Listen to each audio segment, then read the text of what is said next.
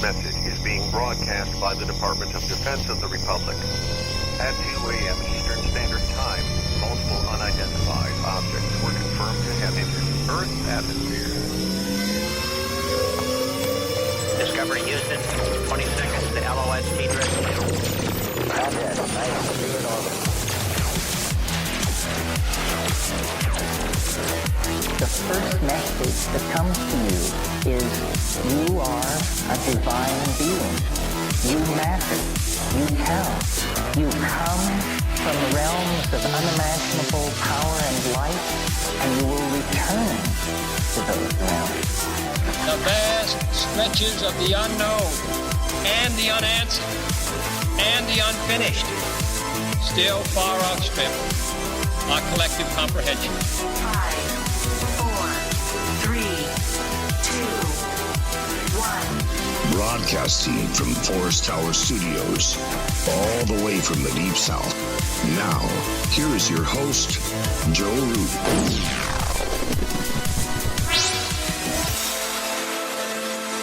Broadcasting from atop a hill in the mossy creek bottoms of Cane Creek, Arkansas. This is Lighting the Void. I'm Joe Root. Welcome back for another late night program. Thank you so much for joining us tonight on this Tuesday night, July the 2nd on into the 3rd. This is going to be a very interesting broadcast tonight because you've heard me talk about this many times about my belief that we should become better and effective explorers of consciousness. And there are people on this planet that are doing things to enhance that, whether it's through technology, whether through its consciousness exploration institutes all across the world. And I've made it my mission here at Lighting the Void to try to talk to as many of those people as we can. So tonight we're speaking with Nanci Trivellato, and this is going to be a fascinating discussion. Real quick, I want to give you all a happy UFO day. It's National UFO Day. So if you noticed on the flyers, I used the Lighting the Void UFO logo, the thing that's on the t-shirt. I put that up on Twitter, and I put the normal graphic up everywhere else. But pretty interesting stuff. I was looking at the heat maps to see where all the UFOs reportings are, and man, there are so many sightings. It's insane. And we're gonna get into some of that later in the week and next week as well. But I think I hope you all understand what I mean when I say that in order for us to advance as a society with everything that's happening, I really believe that I love technology in itself is a great thing. Technology is a good thing when used properly, but consciousness, the role of consciousness, has to play a bigger role. And I've always believed that it has to play a bigger role in our lives, and it has to play a bigger role for us as we move into the future with tech and with all these things that are happening, so we can learn more about ourselves. And that's why we discussed the out-of-body experience. We've talked to people from HemiSync and the Monroe Institute, and we're going to continue to talk to people like that. This show is brought to you by GetTheTea.com. Make sure you come to our webinar, and yes, it will be at the right time on the 15th at 5 p.m. Pacific, speaking of which, and also PrepareWithAFriends.com and AncientLifeOil.com, the best CBD oil on the planet. And on this National UFO holiday for us here in the U.S., I don't know if it's national or if it's international. Somebody have to correct me on that over in the Fringe FM chat or something. But either way, go check out UFOseekers.com.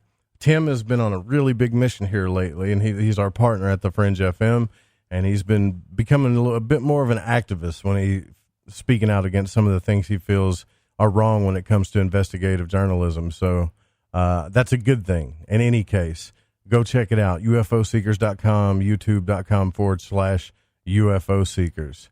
And if you've got a sighting you'd like to report, you can give them a call at 661-UFO-7889. Now, let's get into this, okay? So Nanci Trivellato is an international consciousness biofield and personal development coach, an award-winning consciousness scholar and author of Vibrational State, co-founder and executive of International Consciousness Research and Education Organizations, and senior researcher at the International Academy of Consciousness. She was born in Brazil, and she's based in Los Angeles, USA, and also in Portugal. And thank you so much. I know it's early in the morning there. Yeah, you're probably having your coffee, but when it comes to consciousness exploration, I can't think of a better person to talk to. I'm excited about this. Thank you for joining us on the program, Nanci. Good morning, Joe, and good evening to everybody. Absolutely, it's a pleasure. I think it's so important that we are able to address these topics in a serious way, an open way at the same time. So it's really a pleasure. I hope I am awake throughout the whole interview, but it's going to be very nice, I anticipate. Yeah, and before we get into the Institute of Consciousness Tech, I would like to. I listened to your TED Talk, and I'd like for you to share with us what happened to you that got you started in this. From my understanding, you've had a series of out of body experiences that opened your mind to all this. Yes, absolutely, Joe. When I was a young child, as many, and I have been researching about these non-ordinary or psi phenomena in child, and I see that it's so common, more common than we would normally think of. But what happened to me is that sometimes I would have slightly perceptions like seeing something that is not really physically there, this sort of thing, but those were very mild experience. But at certain point, I would be able to leave my body. It was a little bit different experience for me. And the confusion was that I would look at my body and I would think, this cannot be, there's something wrong. I should be dreaming now. Because I was absolutely awake, but to a point that there was no doubt. So it confused me to see my body there sleeping and I should be dreaming, and I was not dreaming. That happened several times. But I never paid much attention to that. I was perhaps at this point around 7 years old, more or less. Yes, and it had started a little earlier than that, but always the same type of a feeling. But once there was a relative of mine, it was an uncle of mine, who was ill. I didn't know, because perhaps it's good to contextualize and say that I was born in a very small town in Brazil, almost like a village at the time, perhaps maybe 1,500 population would be, or slightly bit more, really small. And I had never seen a hospital, and the place, the city didn't have like universities or theaters or movie theaters. So I had never seen anything much beyond that. I didn't have a TV at home, and we didn't have a library in the city. Well, what happened is that, yes, go ahead. What's the name of the city, if you don't mind me asking? No, not at all. It's Jacutinga. Nowadays, a very nice city, much more populated, and it grew a lot. But it was Jacutinga in the state of Minas Gerais, which is a very known state for the stones it has. But in that place, in that day, what happened is that I left my body and I ended up being in a huge, huge city, São Paulo, everyone knows of that. And I saw many things that I had never seen in my life, but for me it was natural, just seeing something different. But then I ended up in the hospital where my uncle was. It was very close. They were very close for me, my uncle and my aunt.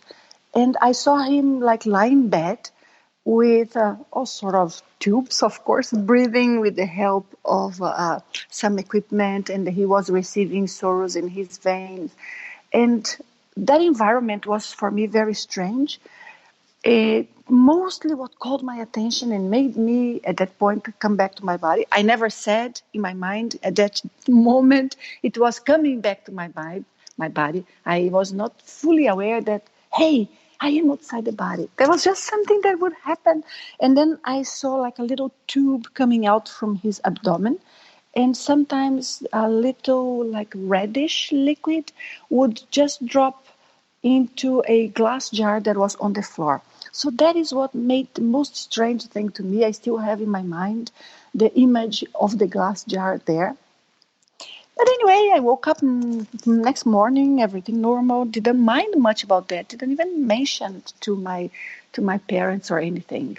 But like a couple of weeks later or so, a day my uncle and aunt came back from São Paulo, and then I asked my aunt, "Hey, I saw Uncle Gino in this position, like this and that," and she was very scared. Didn't mention anything to me at that moment, but I overheard her talking to my mother, saying that it was not possible that I had seen that. And I didn't even know he was ill. I thought they were going just to visit relatives. I didn't know anything about the city. So that stayed in my mind. And many years later, but I was always interested, right, into what are we doing in this life. There's got to be little more than our eyes can catch, because it didn't make sense to me, even though I was so young, that life would be just, getting up every morning and living only for the sake of staying here. I felt that there should be a meaning in our lives that would be us growing inside. Something that would make us more mature, would make us wiser, would make us more stable, more balanced, more ethical even. So I had that concept with completely different words, of course.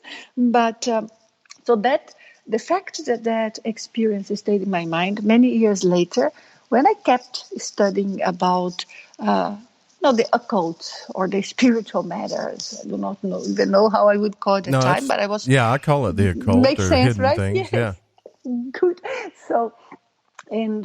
So then I noticed that the phenomenon was called out-of-body experience or astral projection, some people would call.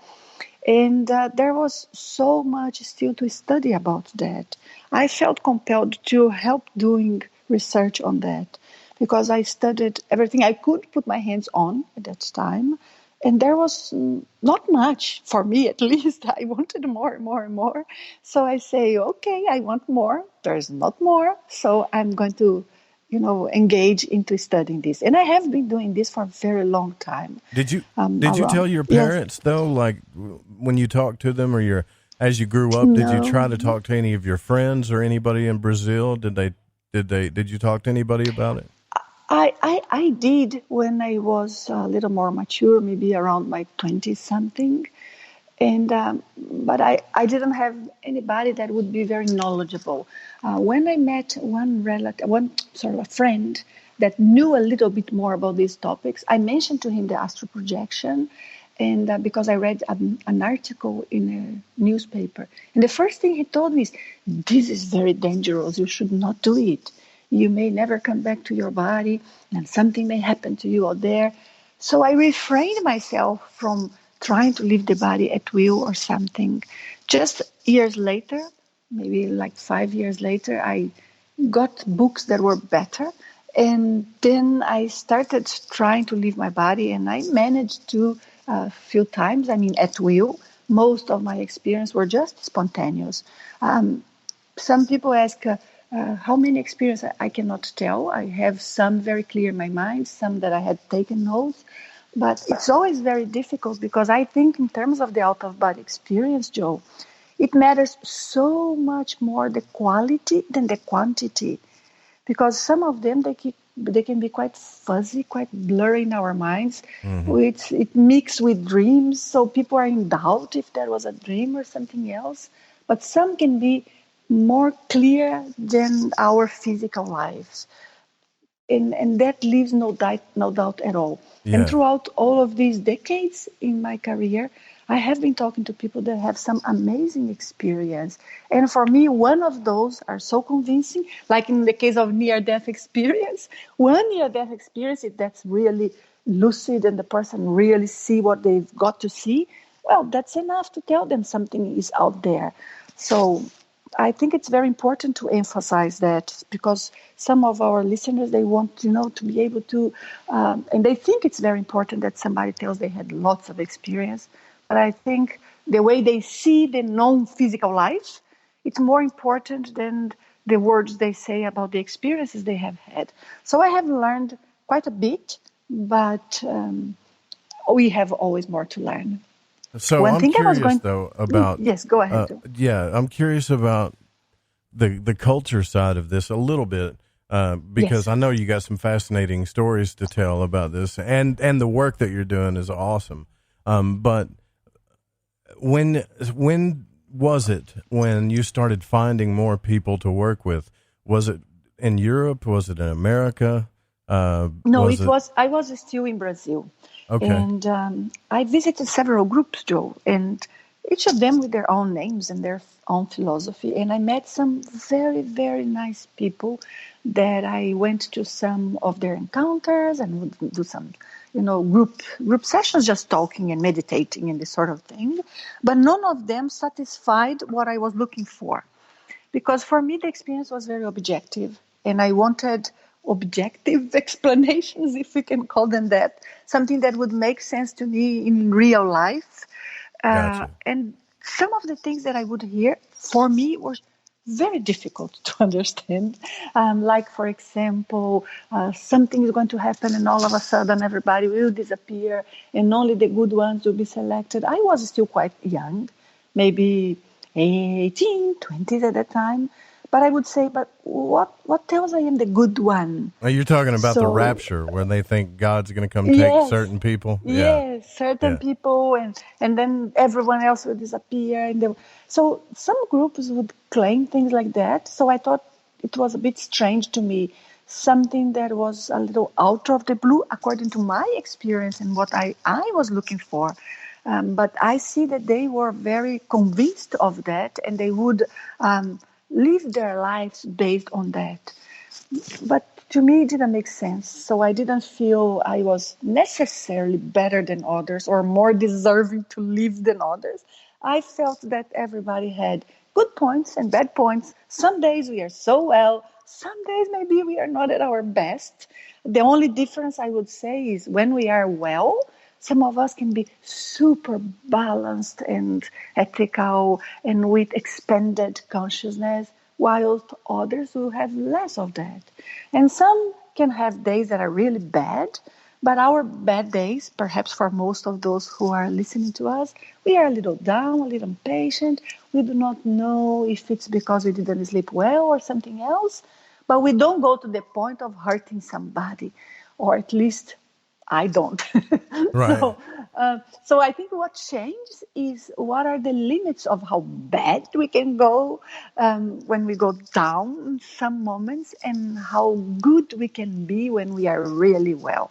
But everybody has ups and downs. So those theories I've learned didn't make sense to me until I found a group, Joe, that was quite interesting, because they were studying more of a collection of books that would refer not only to the out-of-body experience, but also to other phenomena like clairvoyance and encounters and maybe materializations and things that are like supernatural for some, or more paranormal phenomena.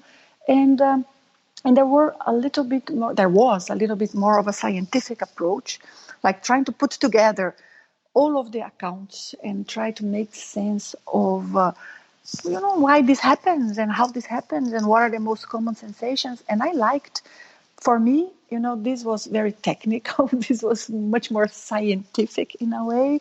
But for me, it made a lot more sense, because I heard things that I had felt as a child, like many sensations of falling and floating and seeing my own body. I had a lot of those when I was a kid too. Just feeling like I was falling or on a roller coaster or being slung around uncontrollably, all of those, yes. Yeah. And sometimes feeling I could not move, feeling paralyzed, and so many of these things. And when I started hearing them, listing them all, and explaining different things, I liked. So that is a group that I joined as a researcher. And it was a nice, decent group, just trying to perhaps foment more knowledge into that area in a more scientific way. But with time, little by little, as I have seen, the ethics inside of people is what matters the most. I would say they started becoming a little fanatical, I don't know, or a little close-minded. We are special because we know better, we see better, and nobody can study what we study. And then little by little, I got further from that group. I am very independent in my research now, as I had always been, but I would say not even affiliated to an ideology at all. And so is the International Academy of Consciousness that I am part of, and that's why I am here and I still remain here. Actually, I am one of the directors of the IAC, as we call it, and also, of course, the Institute for Applied Consciousness Technologies. We try to understand things, but in a very open way. I think it's so important. You said something in the beginning, Joe, was so wonderful, and I heard you. We have to be open to study consciousness, to put things together. We are in a very happy moment, I think, in our world, because we can find different angles to study all of this. So I keep going to conferences and speaking at most of them, but not necessarily in all of them, and inviting people to visit our academy and also to participate in the conferences we promote. But people with different points of views, we have to be open. We have to try and understand more and more, and also understand those that would maybe claim this is nothing but a dream. And we have to see their points to understand why we don't communicate enough to make our view, I mean the view of those that think there is something out there, and we do sense them sometimes. So why is it that we don't manage to make the report of our experience come across and the research we do come across? Right, exactly. So it more than a dream. I hear that so much. And you know that, and I heard you mention this in your TED Talk, right? That we all know when we're dreaming. There's no, even when we have a lucid dream, we know it's a dream. But the out-of-body experience, when you have that one really vivid out-of-body experience, that things are more real than this reality, it changes your life. It changes your perspective. And you mentioned this during your TED Talk, that I can't scientifically prove to you that this isn't a dream or whatever you think it is. It takes somebody to have that experience themselves before they can go down this road. But I'm totally with you on that. I think that's what I heard you say that correctly, or maybe it was one of your YouTube videos where you said that. Yes, I did say that. It was in the TEDx talk, because, it's so controversial. But I think if we look around a little bit, to say there is no evidence, it's to think a little bit in a materialistic way. What is evidence? What evidence we have, for example, that some of the phenomena we study exist? What we have are models in many cases, like, even, if I may say, like the black hole or some of our astrophysics studies. Of course, there are observations of things, but some of these things are happening years from now. And we are just getting a faint light that tells us something. And we create a model to explain what we are seeing. But throughout time, this model remains consistent, because the more and more phenomena we observe, in the cosmos, more we understand, and we think it makes sense that some sort of black hole exists. But the whole point was never seen one. If we had seen one, we would have been sucked by it, and then we would not be here. So with the out-of-body experience, I wonder, because it has so much more evidences throughout age, for centuries, people are registering this type of experience. And I receive so many interesting communications from people who saw my TEDx talk saying, oh, it's fascinating because I had this and this and this once when I was 16. And this was when I was 25. So how can people who are 40, 50 differentiate? They had that one only experience. And in my experience, I could even consider this is all in my mind, but how could I have imagined all of that with the precision that I have seen when I was a child, without even having known or seen any of that in my life? So that goes beyond just imagination. So even if we are going to provide different explanation, it has to have one that is better than just, oh, it's your brain. So good hell, it's not my brain. I am something beyond my brain. So I think it's quite interesting to acknowledge that only if we take a look at the accounts, those that are, consistent and we know make sense, only that it's enough for us to say there is a phenomenon here. Some diseases and even some psychiatric conditions, they are much more studied than the out-of-body experience, for example, or some of these other phenomena, maybe telepathy, maybe healing, so more rare, and still people study it. And the psi phenomena, people just dismiss because anyone who is talking about that has got to be uninformed, not so intelligent. I find the culture Right? fascinating. That's why I was asking you about when you grew up, and it's so fascinating to me that you grew up hearing the same stuff that I did, and we were from two different parts of the world and two different, probably perhaps ages, because we're different ages, but we all grew up that way, where we're told that these things are all in our mind, or that God has a different plan than what's actually happening. And so we take our experience, and we're taught to push our experience to the side and forget about the experience and go with what we're told. And the people that continue to ask questions, like yourself, I believe are going to change the world. Especially, I mean, it's not like you're just talking about it in a back room somewhere. You opened up an institute, and you're actually trying to do something with it. You're trying to get answers through applied study. So that's really cool. I really commend you for that. Yes, I have been doing serious research on that.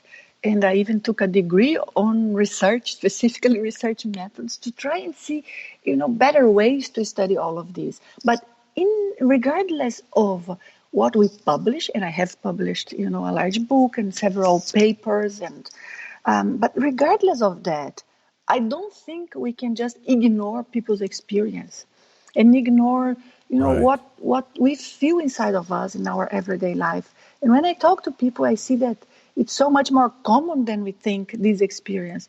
But we are told to interpret them in different ways. If I can mention something just as a parenthesis, may I, Joe?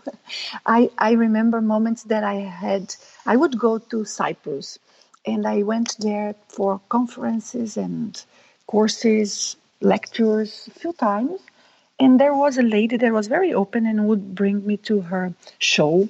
Not only myself, but some other instructors and researchers from the IAC as well.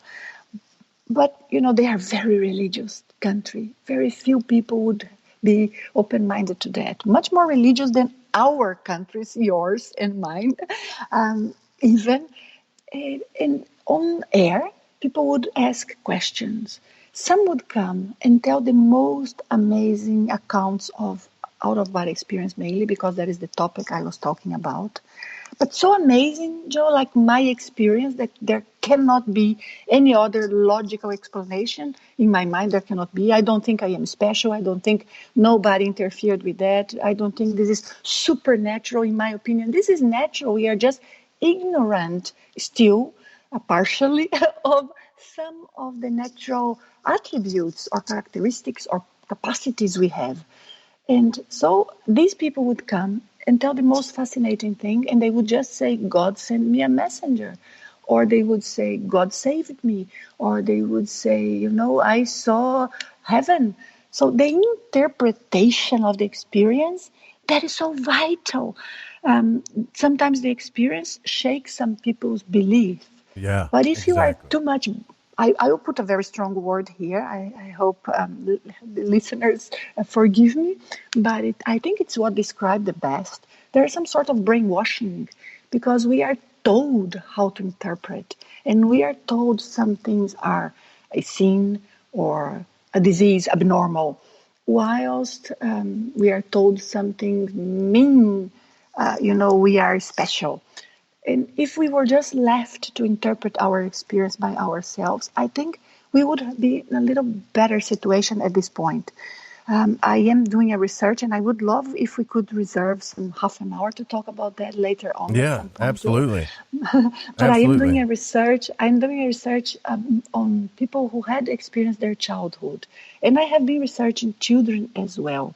Oh wow! And even children like a 5-year-old, 8-year-old, really young, who have this sort of experience. But people like you and I, who I think have their minds in the proper place, and we are trying to figure out what is going on, but in a very logical way, I would say, not materialistic, but still logic. And I see that some of them, they got confused because they had perceptions during their childhood. There were perceptions of a subtle or non-physical world, a spiritual world, I could say, and their parents or people around them confused them because they would feel afraid because that had to be something wrong because that's how they were told.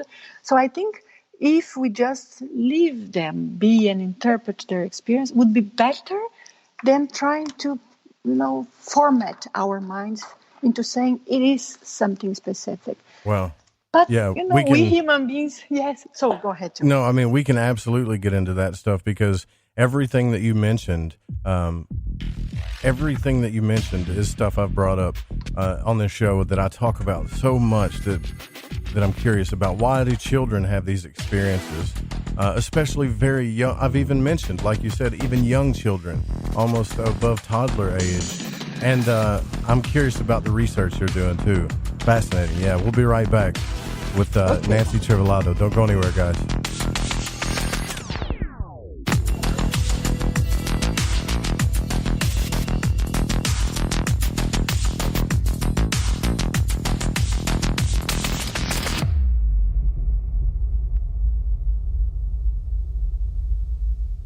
Hola, Fringe listeners. This is Dave Cruz of Beyond the Strange, and you're listening to The Fringe FM. This is Corbin, son of the one and only Joe Root, and you're listening to The Fringe FM. So, have you heard of heavy metals? I'm not talking about the heavy metals in the junkyard. I'm talking about the heavy metals that build up in your body. Heavy metals in your body can make you feel sluggish, fatigued, and just plain off. Why not try Life Change Tea at GetTheTea.com? Cleansing your body and making you feel great. No, not cleansing the outside of your body, but cleansing the inside of your body of intruders that sneak their way into you and set up an intruder camp. Life Change Tea helps remove unwanted intruder camps. Brew it, steep it, and drink in the results. Tastes great, so you can create a new health habit. Our tea loves to help people. It just needs the chance. So order yours today by logging on to GetTheTea.com. That's GetTheTea.com. Our Life Change Super Strength Tea is waiting. This could be a beautiful relationship. Take charge of your health. Order at GetTheTea.com. That's GetTheTea.com. Alex X. Hi, I'm Alex Exum, and you're listening to The Fringe FM. Who were the real ancient Egyptians? What is it about ancient Egypt that captivates us all? The critically acclaimed series Magical Egypt is back with all new episodes. Let Chance Gardner and company take you on another adventure through Magical Egypt in the new series Magical Egypt 2. Magical Egypt 2 attempts a forensic reconstruction of the science of the ancients through a study of ancient aesthetics. Also, the best researchers and authors in the field like John Anthony West, Graham Hancock, Laird Scranton, Robert Bouval, Lon Duquette, Aaron Sheik, and more join together to explore the topics of the esoteric and the hidden messages of the ancient Egyptians. Just go to magicalegypt.com right now and put in the code word FRINGE and get 10% off any download or order, including the groundbreaking original Magical Egypt series, as well as the new episodes in Magical Egypt 2. Also, check out the great work and the companion series at magicalegypt.com. Click the banner on the Fringe FM or go to magicalegypt.com and use the code word FRINGE and get 10% off your order today while it lasts. We've heard your feedback loud and clear. You called it out, and now we're answering. All new live programming, 5 nights a week. Always remember, the Fringe FM is for you, the listener, and we appreciate your feedback. Keep the feedback coming. You can email us at talkback@thefringe.fm Call the station at 501-777-5631 or send us a message on Facebook at The Fringe FM. Are you intrigued by Paranormal Talk Radio? You'll love the new Paranormal Radio app from TalkStream Live. You'll find a great selection of talk shows covering UFOs, ghosts, strange phenomena, and much more. Download the Paranormal Radio app now and start listening to the very best in paranormal talk entertainment, including the network you're listening to right now. The Paranormal Radio app.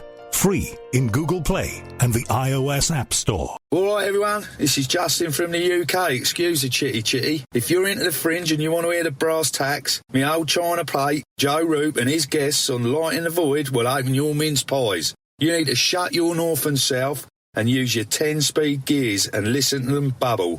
You could hear a Barry Crocker, no Brussels, but he ain't no holy friar. Anyway, you beat a Barnaby Rudge and take a butcher's. I'm Ryan Gable, and I want to remind you to keep your radio, phone, tablet, or computer tuned to The Fringe FM, and visit the website, thefringe.fm, to listen to the entire lineup of shows. You can also catch my broadcast, The Secret Teachings, Monday through Friday, beginning at 12 a.m. midnight U.S. Pacific Time, right here on The Fringe FM. Okay, here we go. AncientLifeOil.com. AncientLifeOil.com. Now, this is for CBD. AncientLifeOil.com. Again, for CBD. Where do I get CBD? AncientLifeOil.com. It's pretty good stuff. Organic, non-GMO. We are the Ferrari of CBDs. AncientLifeOil.com. You know, they say when you mention a person's name 3 times when you first meet, that you're going to remember. So I'd say to you, nice to meet you, AncientLifeOil.com. It's AncientLifeOil.com, right? Nice to know that you help people. AncientLifeOil.com. Think about this. Occasional stress, occasional anxiety, occasional inflammation, occasional stiffness, and intruders that get you down. AncientLifeOil.com. Okay, so I'm going to give you a fact for the day. So Ancient Life Oil does not help you with business deals. Hold on a second. If you feel better, it could help you make a better decision. Okay, I'm wrong. Just remember to go to AncientLifeOil.com. Howdy, this is Catalina, and you're listening to Lighting the Void with Joe Roop.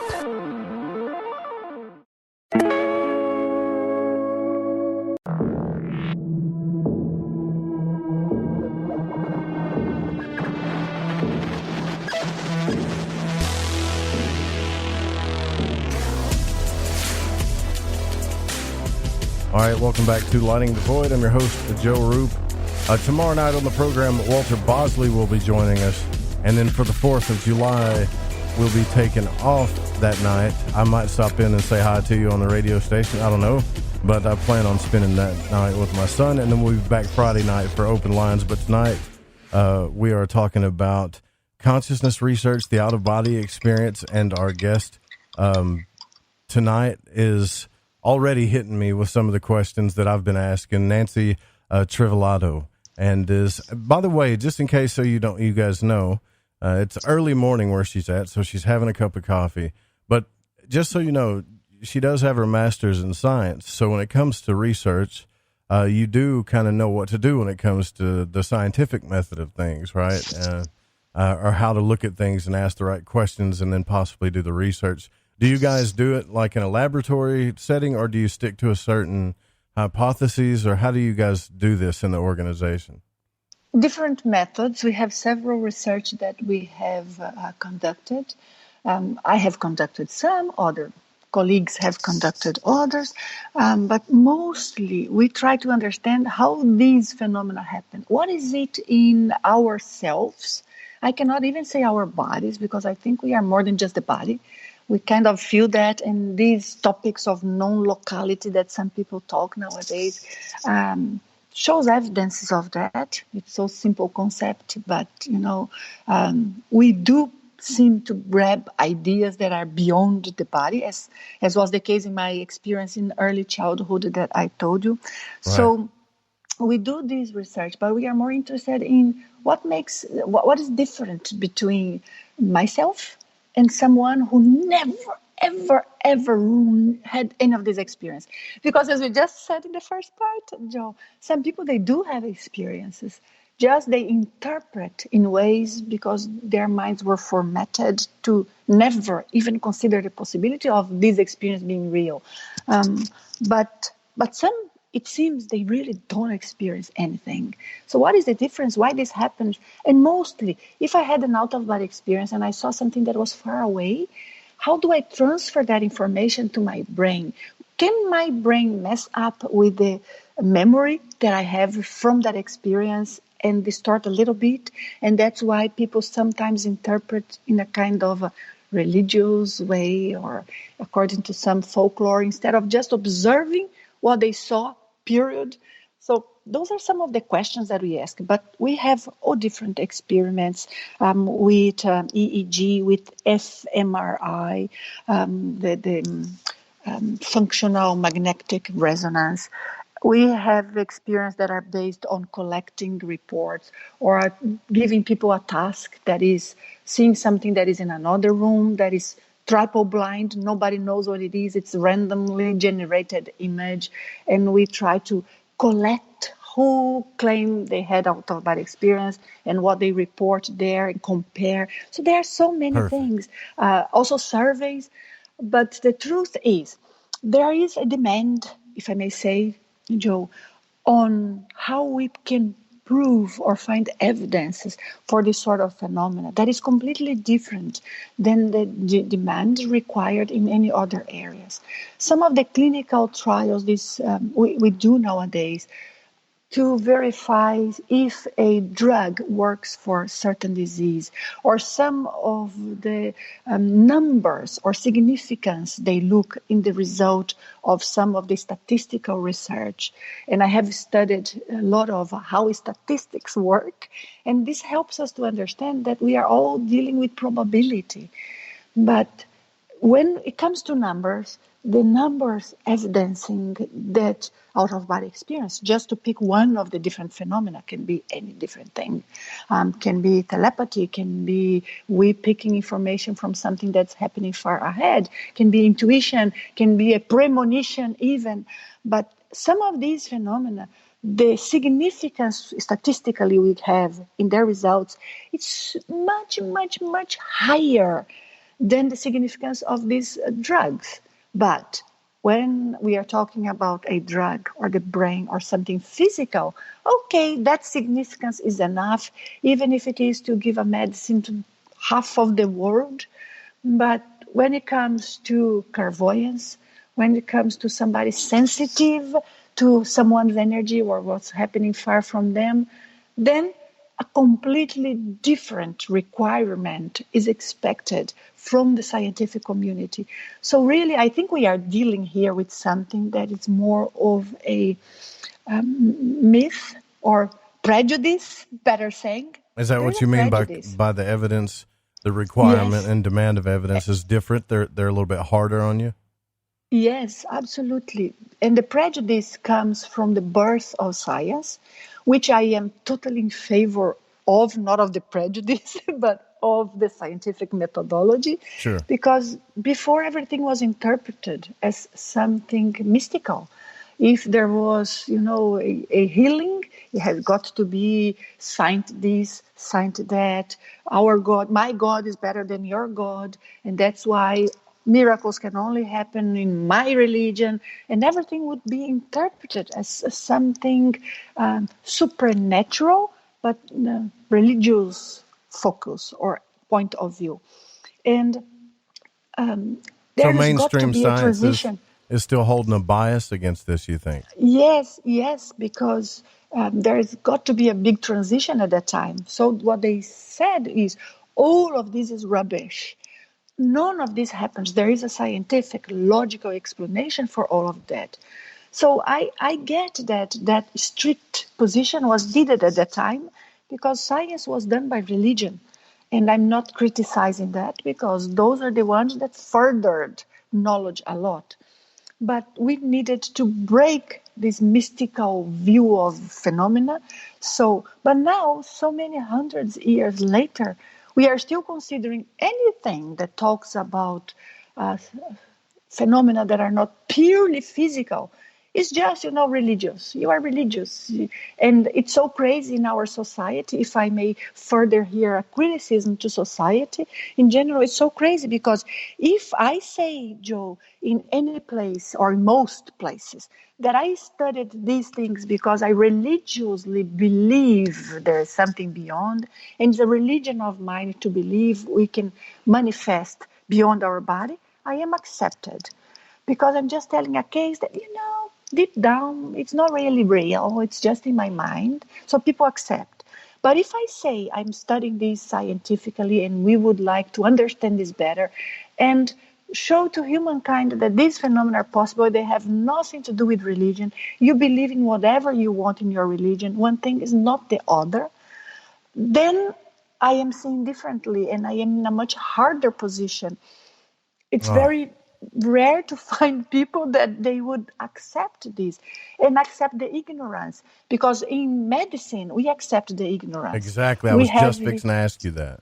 Right. So so if you do an experiment with controlled variables and placebos or whatever, and so many people have these side effects, yada yada, they say, okay, well, 80% of the people didn't have the side effect and they didn't this, so we're going to do more trials and continue the research. Versus what you have to do is you have to completely prove it beyond any shadow of a doubt. Like they're harder on you about this stuff. Yes, absolutely. And I think that is this, still prejudice, as I said. Right. So we've got to move on from that phase. And the research we do, we try to understand how the phenomena happen.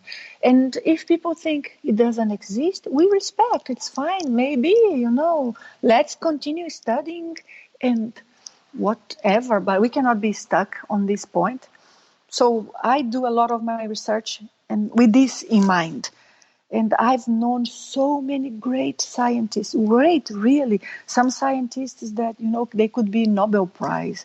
They have won so many awards, scientific awards, and they made a change in this world so much that maybe some of the most brilliant people that exist nowadays in our time, scientifically speaking, and they did have experience, and they are really trying to understand this in an open-minded way.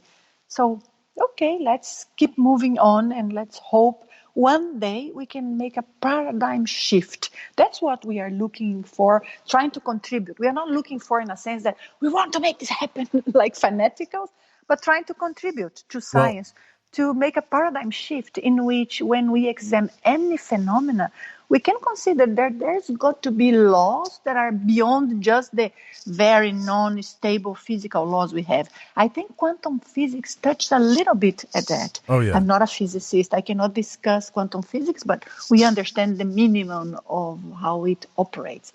And it's helping a lot, in my opinion, to understand and enlighten on all of that. Yeah, so, well, there are things that are happening, I think, that are good. There is, like, I brought up UFOs earlier. There's been more sightings of people that have seen craft, or what they're calling craft, move in ways that defy the laws of physics. And so more and more people are aware of that. But I think when it comes to what you're talking about, people look at science and this thing we call spirituality or metaphysics or whatever it is, and that's just a name that we call it, right? The out-of-body experience, the occult. Yes. Mm-hmm. They look at it as if it's two sides of a coin, like they're polar opposites. And I think that's a big problem, right? Isn't that what you're saying? That we need to look at everything as science and experiment with all of this stuff equally. Yes, and I think we have to see that there is a spiritual side to life. It doesn't have to be only like if you are religious and you believe.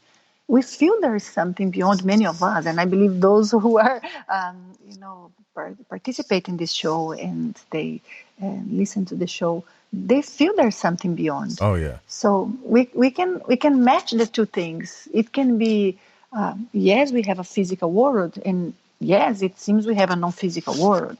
We do have a body, and this body operates, functions in certain ways, but it seems that there are some phenomena that defy the regular laws of physics that we know. So we can have both and understand both. The important thing, in my opinion, Joe, is that we always remain very rational, if I can use this word, in how we interpret what is around. Because if I simply say, okay, out-of-body experience, therefore anything people tell me that they have experienced during the night is an out-of-body experience. Right. No. I get what you're saying. Right? Yeah. But on the other hand, is it possible that some of them are real out-of-body experience? It's possible. Let's analyze it. So I think we have to teach people some of these common points in out-of-body experience so that little by little they know when it's a real experience or not. Right. And that's what we try to do. That we, in our, in the educational aspect of what we do, we try to do that a lot, because people do not know where to look for this information. They can read a book about out-of-body experience, but how do you teach them how to think logically about a non-physical phenomena? I think that is a completely different way of seeing life.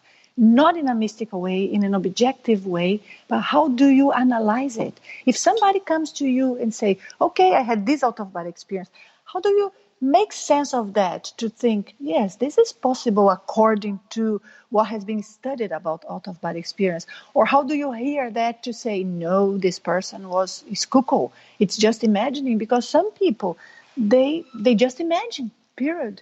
So we've got to teach people how to think logically, how to think scientifically, but to think about a multidimensional world. Worlds not only physical. They are different realities that interact with ours, but we cannot measure with physical equipment. How can we think logically about that? Okay. So I want to come back to the bias and how we can move beyond this, but I want to get into the research just a little bit, if you don't mind, while it's on my mind. Okay, so you just mentioned measurement, right? That's one problem I think we have, is there's no way to measure this. Like, for example, well, I'm assuming here too, but for example, earlier you mentioned that you would put a blind object in a room that nobody knew about, and you would have certain people try to discover it while they were in their sleep or out of the body. How did that research come out? Or do you have any examples or any type of indication that there is something there? Yes, we had some very interesting results. None of them were 100% hit. We have to define what is 100% hit. I mean, the person described completely right. Because if I show you a picture and I tell you to describe to me moments later, you will describe it, but in general ways. So what level of detail in the description I'm looking for to say, yes, it's not just imagination of Joe, and it coincided, that is the same picture. So if you see like, it was a blonde young person playing close to a lake. Yes, but was it a lake or was it a sea? And was it a young person or just somebody very happy and we felt as young? How young is young? And were there trees? What type? And how green were they? So there are so many details. And so when it comes to this type of phenomena, I think the first thing we need to measure is what is a good description that is enough to tell us the person really saw that. Gotcha. Or if somebody enters in a room and say, it was very open, very bright, and I felt very well. But some people would enter the same room and say, no, I felt confined. There was something wrong with that room, and people there they were all strange. So we have a subjectivity in how we experience life that we have to account for that when we research anything that is about human beings, anything at all, even in this field of psychology, social sciences, and of course in this field that I would call multidimensional science, just to say we are studying beyond the physical body and physical brain, but I think we have to acknowledge for how much subjectivity interferes and to which point that is accepted or not. So there's a lot of that we do in our research. And some of these things that I say, we had very good results. None of them were a hit to the point that somebody would have seen me here in this room and describe exactly what is in the top of the table, the position of my cup, what the style of cup. So some people, for example, would describe perfectly the mug I am using now, but wouldn't have paid attention to the rest of the environment. So when I see that description, do I take that as correct or not? Well, I mean, so I think I understand what you're saying. And Robert Monroe's book that I read, he talked about in one of his journals that he wrote down where he went to his friend's house. They were sitting at a table and he saw them handing out, the mother went to the table and she handed out playing cards, right? Well, he went back to his body and he woke up, called him and said, "Hey, what are you doing?" Just kind of got in a discussion. And he said, "Did you pass anything out?" And they said, "Well, yeah, she hands out the mail, right? Every morning and lays it on the table." So in his experience, he saw playing cards, but in this physical reality, she was handing out the mail. So it seems like that the mind sees the general outline of what's happening, but the details differ sometimes, the semantics. Yes, the problem with that, the recollection, is that sometimes when we transfer the information to our brain, the brain kind of adjusts it a little bit to our reality. So little details like that can happen. But how do we say, yes, it seems it was a real experience from Robert Monroe, was not just him, thinking coincided, or not just a coincidence. First thing we have to acknowledge, there is something different in his experience. Otherwise, he wouldn't call a friend every time he'd think of anything about a friend. So something there hit him as being real. And there are other aspects of the experience that help us to identify if that is a probably likely a real experience or not. But, somebody can imagine they were playing cards because that is a physical reality we know. But what if, and that's how we conduct our experiment, what if I create randomly an image in my computer screen, but not an image that I know of, because sometimes people do experiments that they have 5 images or 10 or 50 or even 500, but the image bank is known to the person that is being observed, let's say studied. So, okay, you have a statistically possible result there that would still be just coincidence. But what if it's a random image? Nobody knows. What if this random image could be anything? Could be a galaxy, but could also be one letter. I see what you're saying. So could also be just a geometrical shape, or could also only be a color in the screen and nothing else. So you put something there there's no way to predict based on... Exactly. So we do not have a science to study that. And that's what I verified when I did my degree on science. Because we have to have numbers, but we have to have what would be just statistically random results. But with the universe can be an atom, what you see in the screen, and nobody knows to justify telepathic transference. So then statistics and the regular methods of science no longer explain. So we have to resort to different methodology, that is studying individually these cases, putting them together and seeing what's in common there, what differs, what other phenomena could explain, and that's how we do it. So we have some of the results of this experience published in a paper that was published in 2002, I think. A long time ago, you can see. And I was already into that and publishing papers. But I think the most interesting thing, and I would like to leave this message here, is we've got to feel that makes sense to us based on some of the things we have experienced.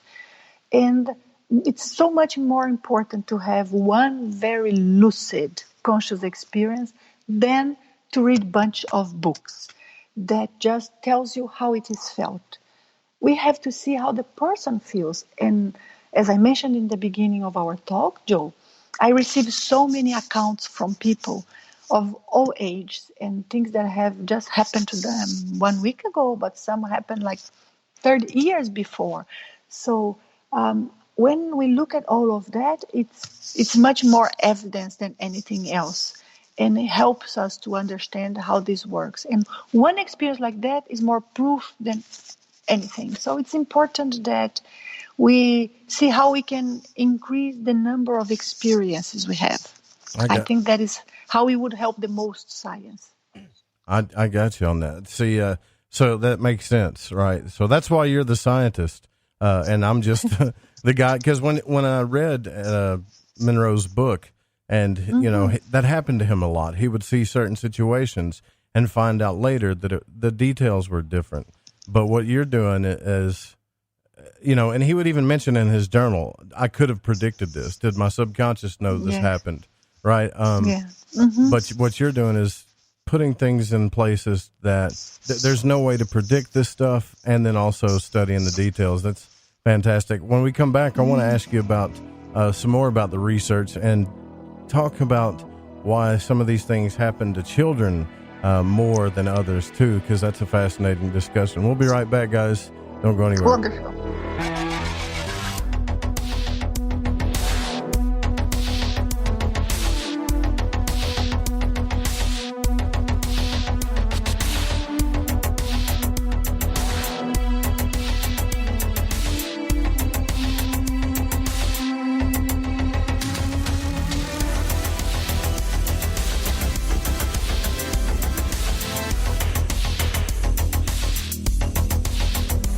Now we can get the information. I love magic, and on Lighting the Void, each and every week, you will get to hear shows about magic, mysticism, and many other subjects that stretch your mind and imagination. So when I got my mind on the magic and the magic on my mind, I listened to Lighting the Void on the Fringe FM. It's magic. May the gods look with favor upon you. You're wondering what we're going to do to you, aren't you?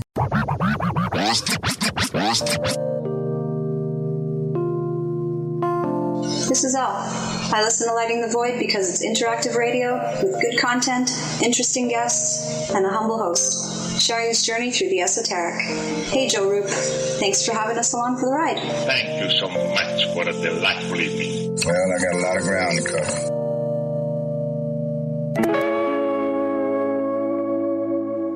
Somewhere between abnormal and paranormal, there's a show called Into the Paranormal. I'm Jeremy Scott. Hear me live Saturdays at 6 p.m. Pacific, 9 Eastern on the Fringe FM. Introducing Shadow Light Tarot from Waking Canvas, the Fringe FM's new contributing artist, Eric Tisi. This hand-illustrated black and white self-published deck serves as a reinvention of the tarot, never before witnessed. Each of the several suits of this 88-card deck lineup form an infinite panoramic scene. Even the included visual companion guidebook is entirely hand-illustrated, cover to cover, with beautiful visuals and esoteric symbols and artwork. The newly released deck comes in a custom magnetic box with its own travel pouch. The Shadow Light Tarot Premium Deck and its travel-sized mini deck, Wonderlight Tarot, are both available now from WakingCanvas.com. If you use the code word FRINGE, that's F-R-I-N-G-E at checkout, you'll receive an extra 10% off your entire order. To discover more, including a free reading and time lapses of all the illustrated artwork, make your way over to WakingCanvas.com today. That's WakingCanvas.com.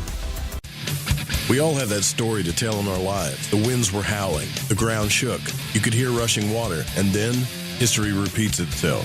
When there's no power, refrigeration fails, stores with their shelves stripped bare, ATMs can't operate, deliveries stop. Then what? These events can last days or weeks. You need a plan. In statements made during recent interviews, FEMA Administrator Brock Long has repeatedly urged all Americans to understand three truths. FEMA is broke, the system is broken. If this is the new normal, Americans can't rely on federal cavalry when disaster strikes. Don't get caught out in the elements empty-handed. Prepare with us by going to preparewiththefringe.com and get your 2-week food supply. 92 servings, 8 food varieties with 25 years shelf life. Normally normally $137, now only $75. Or get a month's supply, normally $247, now only $147, shipped in one business day. Just go to preparewiththefringe.com or call 888-440-7931. That's 888-440-7931. Get this great offer and be prepared while it lasts. Did you know that qualified patients can access medical cannabis in all 50 states? CannaSense is a medical cannabis collective that helps patients in all 50 states gain access to cannabis medication. CannaSense does this with a streamlined process and strict compliance with the Compassionate Use Act of 1996, the Affordable Care Act, and the U.S. Constitution. It is important for each patient to understand the legalities involved, the costs, and the benefits of cannabis medication. Through truth, legalization, and education, the medical benefits of cannabis will supplant recreational perceptions, and the real vision for change will be realized. Let the people and their personal doctors take control of their medical cannabis decisions before the greed of big business takes over. The tipping point for change is today, and CannaSense is ready to lead the charge and enable legal access for all qualified patients to medical cannabis through its proven system. For more information, go to thefringe.fm/care or click the banner on the website today. We've heard your feedback loud and clear. You called it out, and now we're answering. All new live programming, 5 nights a week. Always remember, the Fringe FM is for you, the listener, and we appreciate your feedback. Keep the feedback coming. You can email us at talkback@thefringe.fm, call the station at 501-777-5631, or send us a message on Facebook at The Fringe FM. Are you intrigued by Paranormal Talk Radio? You'll love the new Paranormal Radio app from TalkStream Live. You'll find a great selection of talk shows covering UFOs, ghosts, strange phenomena, and much more. Download the Paranormal Radio app now and start listening to the very best in paranormal talk entertainment, including the network you're listening to right now. The Paranormal Radio app, free in Google Play and the iOS App Store. You're listening to Lighting the Void Radio. Occult Arcana is a balanced and objective guide to those subjects considered a part of the nature of light and darkness. Addressed in this text is a compilation of material that will provide new perspectives and awaken latent abilities that we all possess. The content herein shall provide magical sustenance for adept and novice alike, and will help strengthen the cornerstone of mystic understanding and alchemical transmutation. If you are interested in this modern grimoire, you can find detailed information and ways to order by visiting www.thesecretteachings.info. Although esoteric and occult studies remain vast, they are rooted within a universal philosophy that is difficult, if not impossible by finite terms, to explain in words. Language places restriction and erects barriers to understandings. By this it is to be understood that there are some things man should consider far too sacred to profane with definition. For these concepts and the manner by which we live our lives, we shall take a note from the Greek philosopher Pythagoras. Quote, "Silence is better than unmeaning words." End quote.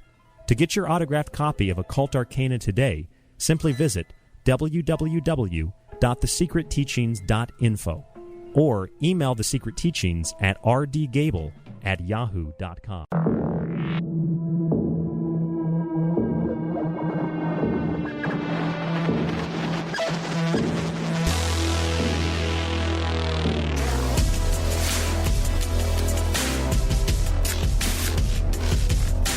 All right, welcome back to Lighting the Void.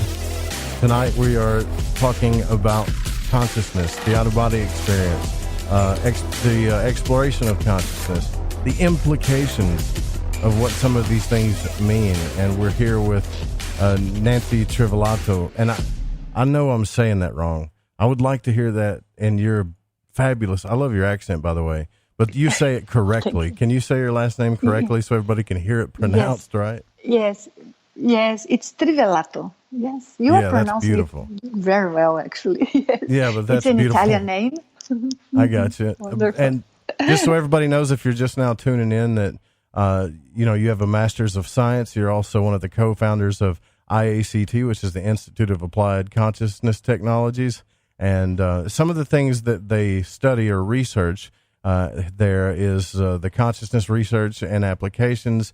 Things like bioenergy or biofield training, analysis and identification of one's life purpose, psi research, all kinds of stuff. It goes down to even social skills. And I think this is really, really good. I mean, to me, what this institute is showing is, in my imagination, if there was a planet that wasn't Earth, that had an evolved society there, that these things would be taught in school, right? And an evolved society, I think, because I think consciousness plays, and this is my bias, I guess, which is kind of not scientific, but I think consciousness is one of the most important things that we need to study and learn about well over a lot of different things. Yes, it's so interesting you say that, because actually when we acknowledge where we are coming from to examine the world, that is the most scientific thing, because many scientists and quotations there, right. And they say, I know the words like this and that, so I have no bias. So somebody who acknowledge that they have something in their minds that they think makes more sense, that is the most scientific thing, actually, because we are more wise or wiser when we are studying the evidences. So we are cautious for that. Wonderful, Joe. And I think the reports of people are what interest the most, because we want to move on, make a better society, but not in a ideological way. No, but right, yeah, helping people to understand life better. There is so much suffering and, crisis in this world. We are not going to solve crisis. Perhaps I should emphasize that. But if everyone gets a little bit wiser, knowing there is something else to life, maybe we get different situations happening around the world. I think that is very important to acknowledge. If people may get a little more ethical, knowing that we don't just disappear with the moment of death. Well, I have some, I guess, theories or beliefs about the fact that I think we as humans are much more powerful, and I use the word powerful as just a contextual word, but much more powerful than what we are taught. And I want to get into this because earlier you brought up children. Like when you were a child, and you were a very young child, like 4 or 5, you had those different experiences like I did. I saw things that, people would say that's not really there, but I saw them. I had experiences of falling and flying and roller coaster rides and being thrown out of control and lucid dreaming. Just all kinds of different, I guess you could say, metaphysical things happened to me as a child.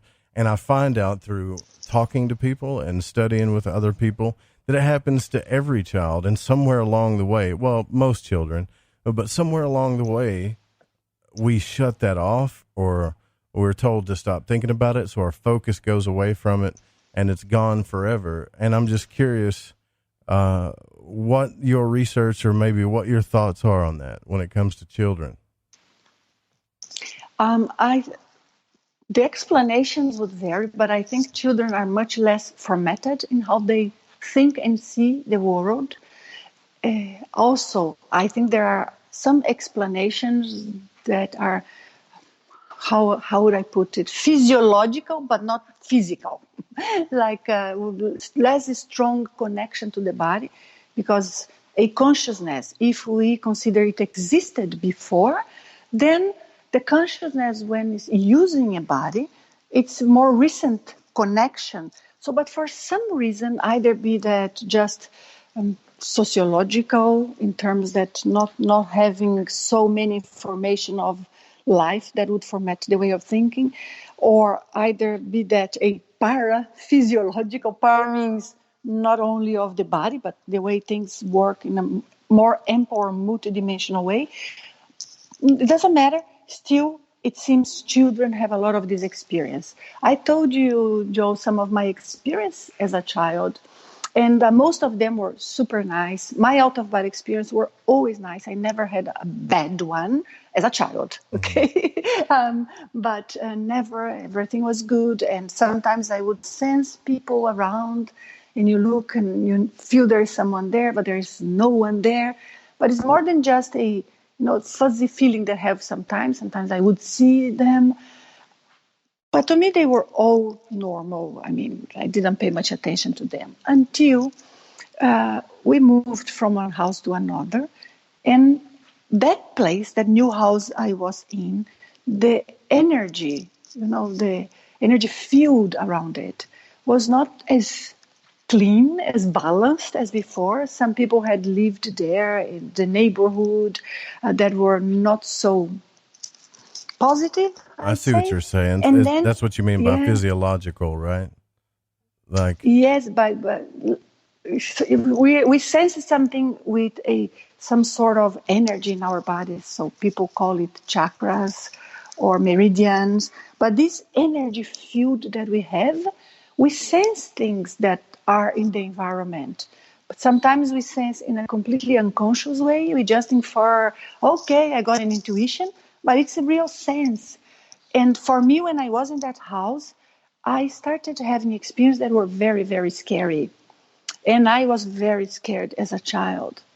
At that age, I would say around my 12 years old, just based on what I remember in my mind, the position of the bed and the school I went to. So I was around 12.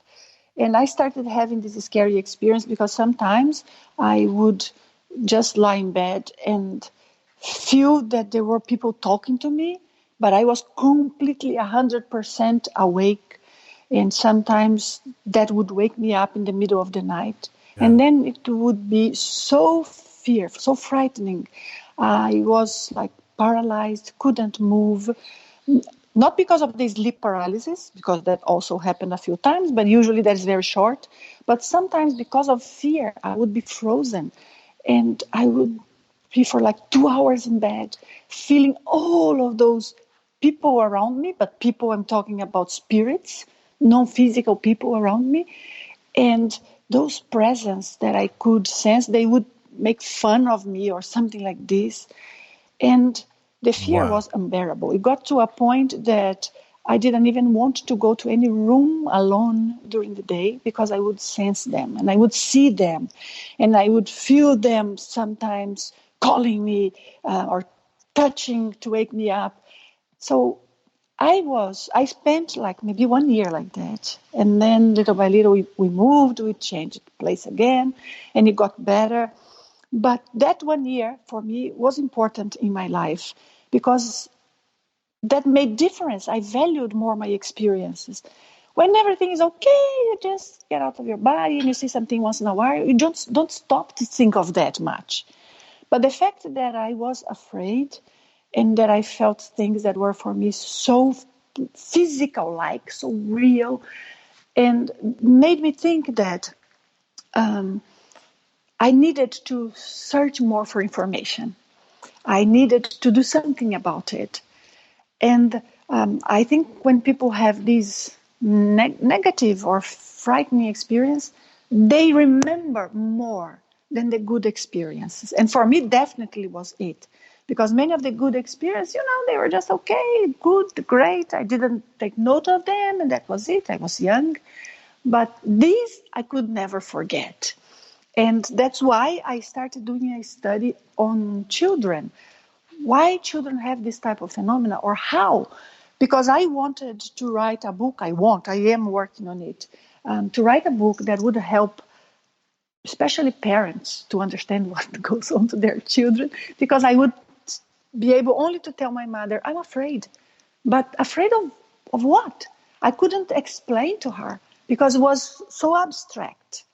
Sometimes we cannot explain even things that are very easy and physical. And for a child to make sense of explaining something that is not really there, but is there, you are not really seeing it, but you are seeing it. So that is quite difficult. And she was always very sweet and tried to help, but didn't help. She didn't know, how to explain what I was experiencing or to do something about it. So I want to help parents to understand their children. And I want to help children who have this type of experiences.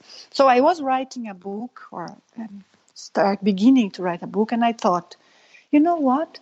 I want to do a strong research about that, robust research that would help me understand how experiences can vary from one child to another. Is it that was only for me that I was frightening, or is it something that is generalized? Is the type of reaction of a children who is feeling fear same as I had? So I am conducting a research, but I have already finished the first batch of interviews and analyzing information, and it was very interesting, the results that came out, because many are very similar to my experience, but some are not so similar, but they are very consistent in how people describe. So if I may tell like one case or two, you think that would be interesting? Yeah, absolutely. Listen, before you tell this, I want you to know what you described about your scary experience. I have told my story about that on this show like 7 or 8 different times. And it's exactly what you're talking about. I had things taunt me while I was in bed. I would lay there in fear and stare at the wall. I could feel them. I could hear them. I could see them even sometimes. Yes. Yeah. So I've always asked on the show, and I can't wait to hear what you're going to say about it. What happens to children? Yeah. Like what's going on? It's like there are some cases that I think are very striking, and for me it was very emotional to study all of these people.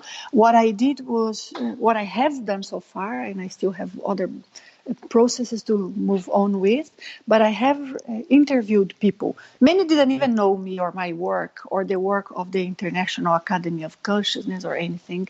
So it was people that came with no specific framework of mind, and they were just describing their experiences.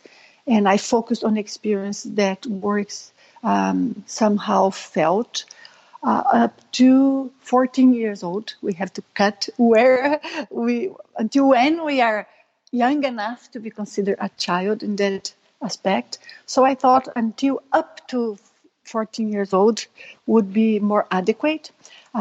So in this case, what I've noticed is fear comes from, most of the times, either brainwashing from things they were taught. I had an Islamic child that used to be very, very much afraid because parents would tell them, devil is there and devil will come for you if you do something wrong.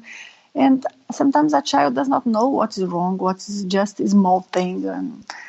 And he would see somebody entering his room, and for him was, evil in person coming to get him. So he had a very, very tough childhood. So I think that's one of the things that influence a lot. But I do not think fear comes only from the psychological aspects, such as this. I don't. What I think is that there is a real connection with these non-physical people or spirits that makes us feel afraid. Because many of these children, Joe, they have sensed benign consciousnesses or presences, and they were not afraid. But those who felt presences that were bullying, making fun, or not in a good space inside of themselves, then those are the children that really felt scared. Really? And yes, and the reactions resemble a lot some of those that I described and you say you also had. And I believe, according not only to my experience, but all of this information I have put together, that there is some sort of rapport, if I may use this word, like a connection, an energy connection, more than just a psychological one, that when we are in a place that we are alone, especially during the night, we tend to have more quiet on the environment around of us that makes us focus on things that during our everyday life we not necessarily focus on them. We get distracted. The other thing is that because of the deep relaxation, our chakras energy start to loosen up to, how would I say, we are not so well attached to the physical body. And That's why out-of-body experience happens when we are very relaxed. So the fact that we are more open to this spiritual world and we are paying more attention, the more you sense it, the stronger the rapport, the connection. So it becomes like a snowball. So people who would feel it and be afraid of it, I mean this non-physical reality and this non-physical community that we could feel. So those of us who would feel it, and if that's not so balanced, the more we feel, the more scared we are, but then the more we feel because the rapport is stronger. When you say rapport, what do you mean? Like the rapport with our... Rapport, I mean, how would I put that? When you have somebody that you have like an empathic connection, like empathy, you look at the person and you feel what the person is feeling, something like that. So there are some aspects that are just neurological, but some aspects that are more of a sensitive person. So when you... how would I say, combine with something, when you attach, when you really make a connection, but it's a mental connection or a subtle energetic connection, or is more a connection with our chakras, for example, that connection we call a rapport. Somebody who would have like telepathic abilities, they cannot capture anything in their minds if they do not establish a rapport, a connection with the person that they are getting the information from, for example. So that's what I mean by rapport. So it seems that the fear is explained by that. There was one child, nowadays she is around her 35 or so. I came to know her well because of these interviews.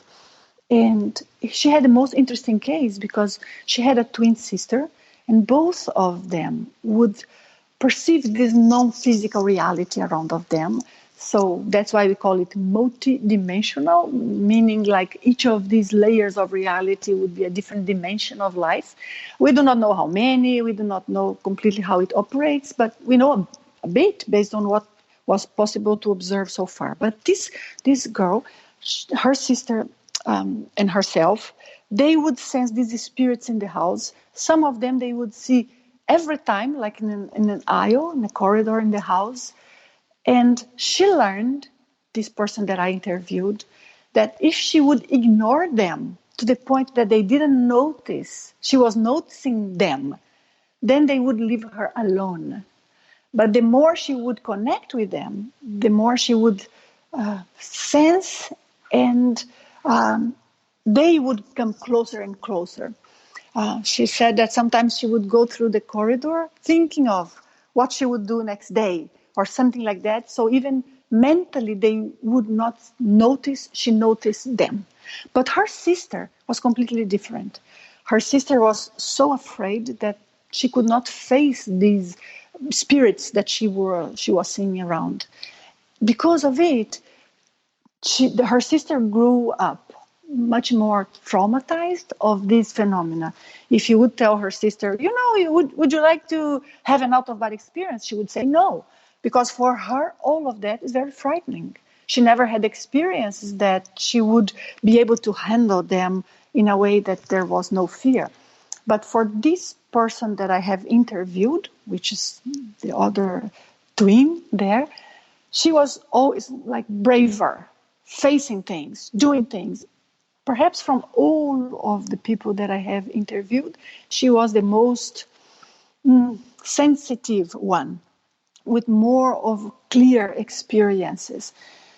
And some things are quite strange. There are cases of people that even, like some objects make noise or move around. And is this just imagination? I think in some cases, most definitely, yes. But in other cases, there can be much more than imagination there. We need to learn how to distinguish. But I see what you're saying. Because I had, like you said earlier, those really intense ones are the ones that we seem to remember our whole life. Like I have certain nightmares that I'll never forget, or the experience that I had when I was scared, and I thought, I kept looking at the end of my bed, and something was looking at me at the end of the bed. Like I had a bed, like you were talking about. You could see your bed, all right? And at the end of the bed, I had a chest of drawers, and behind that, I would see something sticking its head out. And the more I focused on it, the more I got scared, the more it became real. And I remember one night it got so bad that the thing came out of behind the chest of drawers and started coming towards my bed, and I threw my blanket over my head, and I could feel it touching me and poking me. And I also felt like this thing flying, almost like a large bumblebee looking bear thing that was touching my ear and flapping, and I could feel it. And it just got more intense. And the more I focused and the more fearful I became, the more intense it got. It was really freaky. Yes, absolutely. It works like that. And you see, this is not an experience that you can say, I was dreaming, I was sleeping. No, you were awake from what you are describing. Yeah, I was. And if we are fully awake, yes, that is something you cannot tell a child. You imagine. I was not imagining. You are lying. You are not lying. So what I have learned from my experience is that number one thing that hurts the most these kids is actually when parents tell them it's nothing. And parents sometimes they feel they are just helping. Oh, it's not. It's just a dream. Many of these people that I interviewed, they thought they were crazy. Because they say, I'm not imagining, I'm really seeing it. My parents tell me it's not there. So, conclusion, something is wrong with me. And that made them pass through a tough time during their childhood.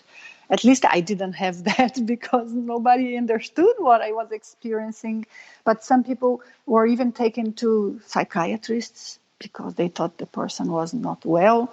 And I think we have to create a study in our scientific environment.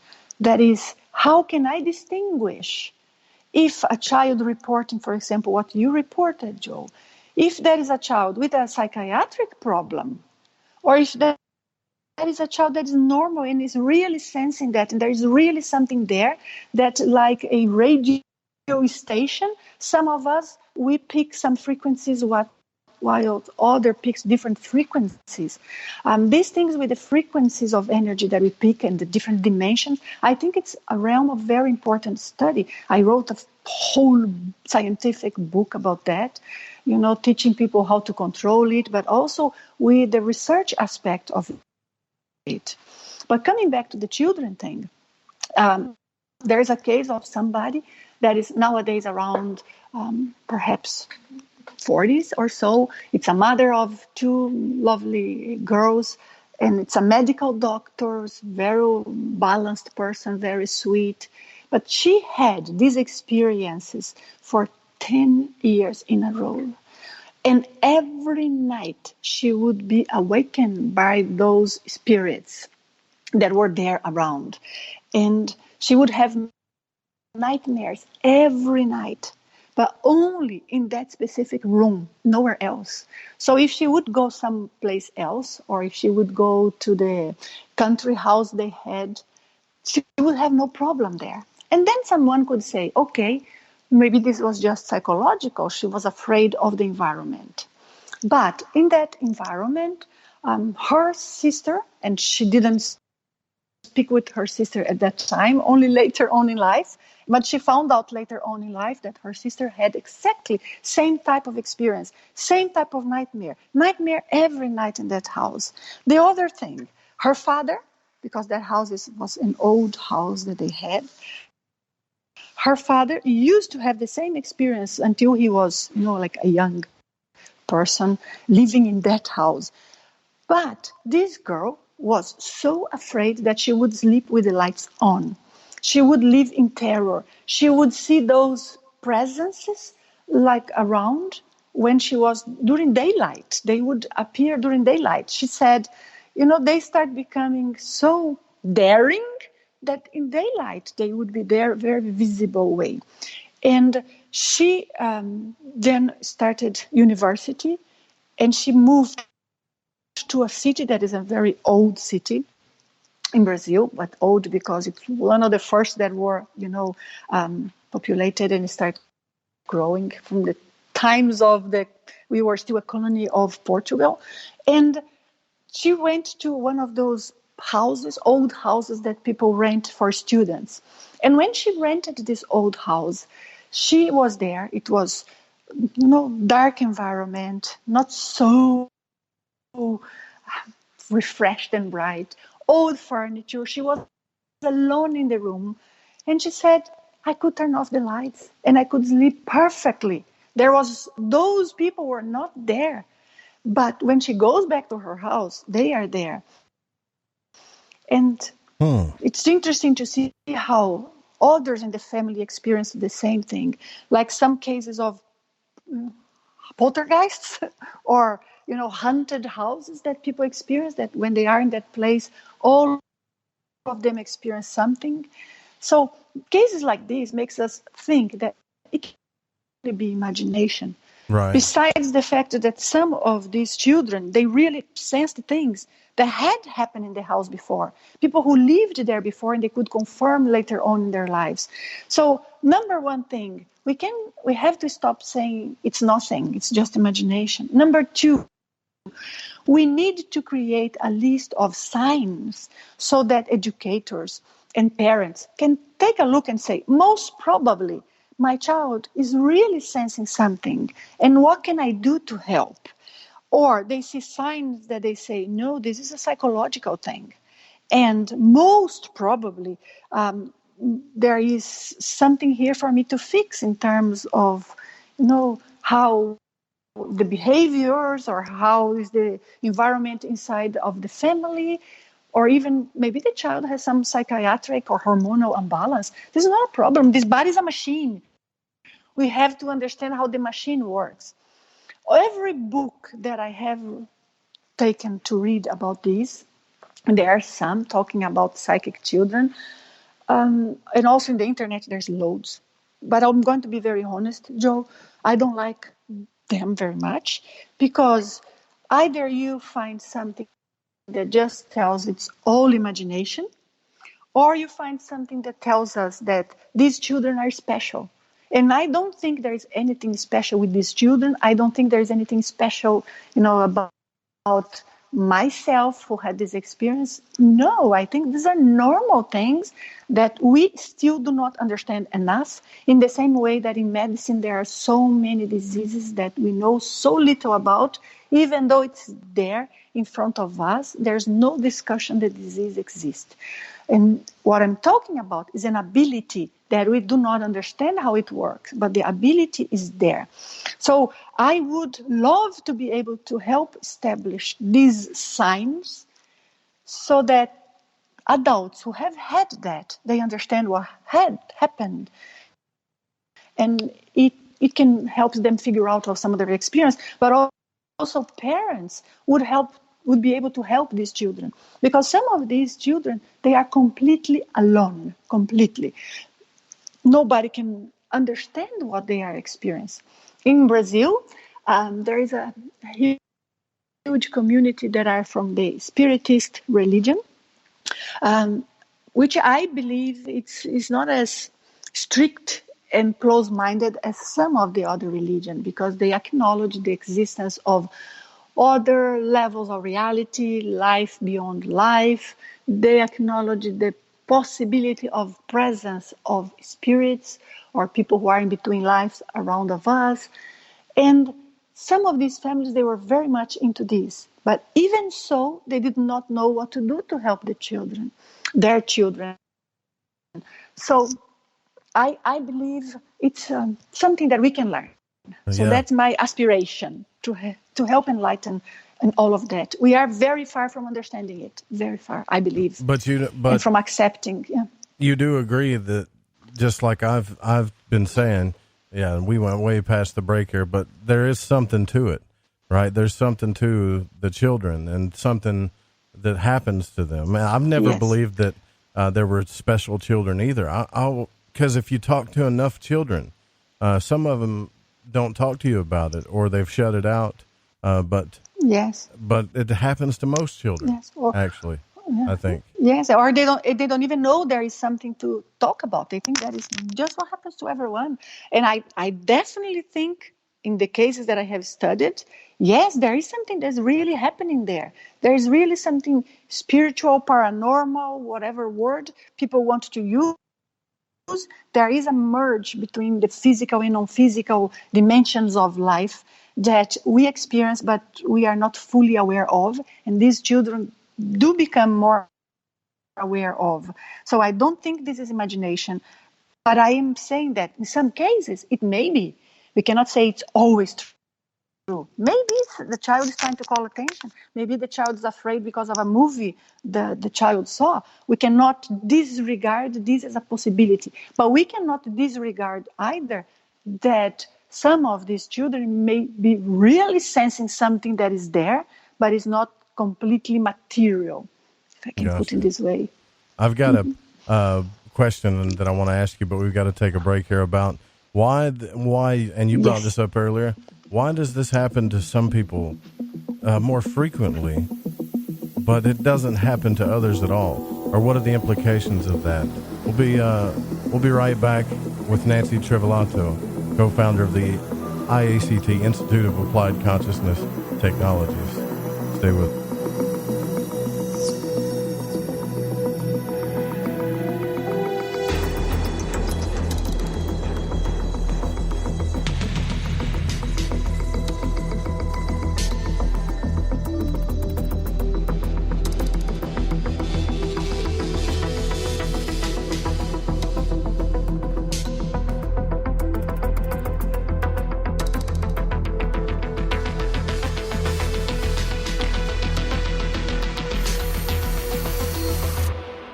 Is that a new music app? Yeah, check it out. Surfer Music Discovery. It links to thousands of online stations, but the twist is you see the song names and artists that are now playing live. That's different. No guessing. Looks like a waterfall of music. So many formats. Rock, oldies, country, R&B, jazz, and a whole lot more. How's that spelled? Surfer. S-U-R-F-R. Is it expensive? It's free. No need to sign up or sign in. Get the Surfer Music app free from Google Play or the App Store. Stay in your mind. Say to yourself, I am more than my physical body. Because I am more than physical matter, I can perceive that which is greater than the physical world.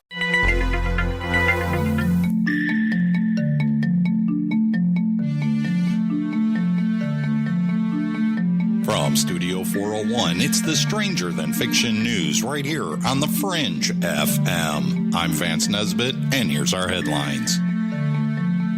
An unidentified flying object has been filmed from a mountain overlooking the top of the secret U.S. Air Base Area 51 in Groom Lake, Nevada.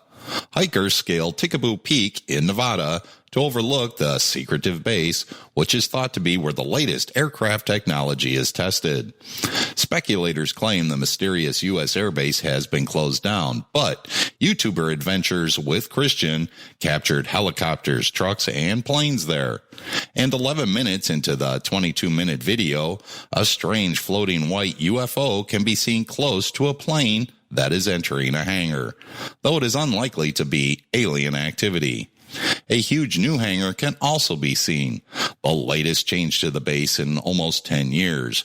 The hangar is approximately 210 feet wide by 250 feet long and is very high.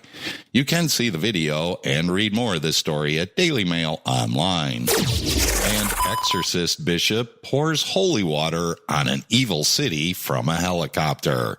Ruben Montoya wants to use his position as Bishop of Buenaventura in Colombia to purge the streets of evil.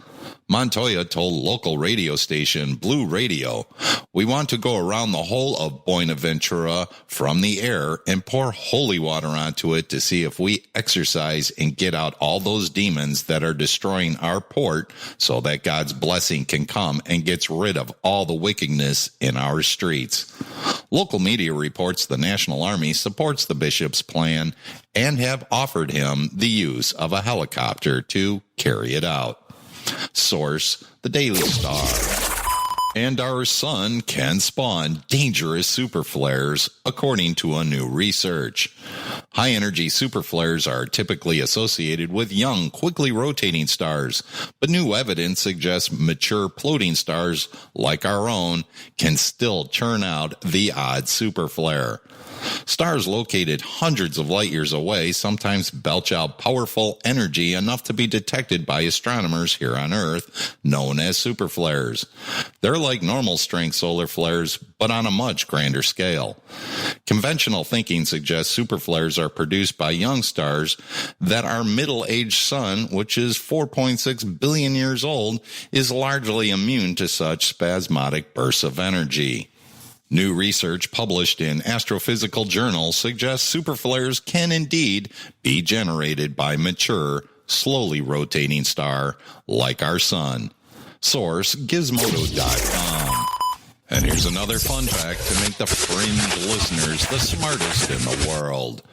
The word go is the shortest complete sentence in the English language. Thanks for listening to the Stranger Than Fiction News right here on the Fringe FM. Again, I'm Vance Nesbitt, news anchor and sorcerer.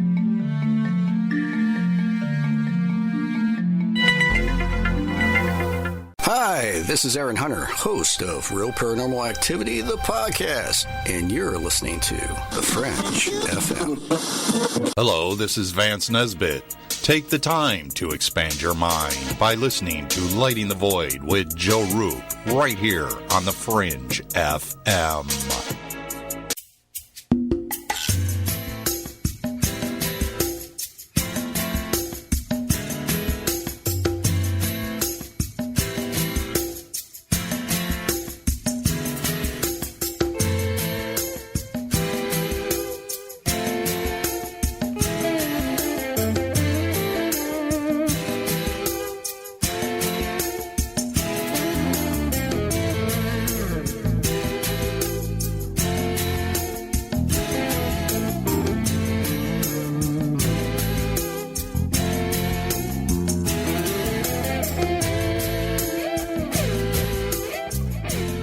Welcome back to Lighting the Void. I'm your host, Joe Roop. Don't forget, after the broadcast tonight, The Secret Teachings with Ryan Gable is coming up. And tomorrow night on the program, Walter Bosley will be joining us. And we're going to discuss some topics about Egypt, the occult, the esoteric, and even more. Man, I love that guitar. I stepped outside during the break, and I got to tell you, it is a beautiful summer night. I mean, that sounds kind of corny, but every single cricket and frog and bug and everything that can make a harmonic rhythmic noise is making it outside, and it's perfect. I think I might go outside and just sleep when this is over with. But yeah, we're here with very nice. I'm here seeing the sunrise and all the birds. You know what I'm talking about, though, Nancy, right? Yes, that rhythm that all the bugs and frogs and everything make, and locusts. It's really a pleasing sound. So before the break, we were discussing children and why this happens with your research and stuff, and definitely that you agree, like I do, that there is something to it. But I've kind of known that, like maybe from a soul level. It's hard to explain. The way my theory on it is, it seems like that there's something out there that wants to tease us and install fear into children before they get old. Yes. But that could be because I had so much trauma from what happened to me that I believe that. So I could be bringing my own bias to it, but I don't know. That's just like, how could I know about these things, or how did my mind create these things that didn't exist or that I didn't know about? And that's a pretty good point you brought up. Yeah. Perhaps it's important to say that in my research, I have worked with people from 13 different countries, and that were from many different religious backgrounds and many different, cultural backgrounds. And that is very important because it gives more consistency to the results we are getting.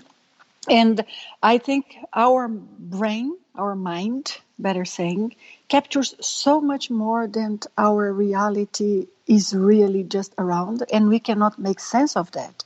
But one important step would be to start, observing all of that more specifically. And even if we take the scientific part out of that, just so that it doesn't seem it's cold and just a bunch of numbers, just for the human side of that, it's not fair that children would have perceptions that they would not understand. But it's interesting because there are children who are not afraid, or they sense things that do not make them feel in that way. I believe, in my experience, that most of these spirits that create this type of connection, they want to have fun. If we look at the world about people who are in between lives, and these are pretty much people who are in between lives, they are people. Those that, passed away. So we just look at our society. What do we have in our society? We have many good people that sometimes they don't do the right thing because of they didn't know better.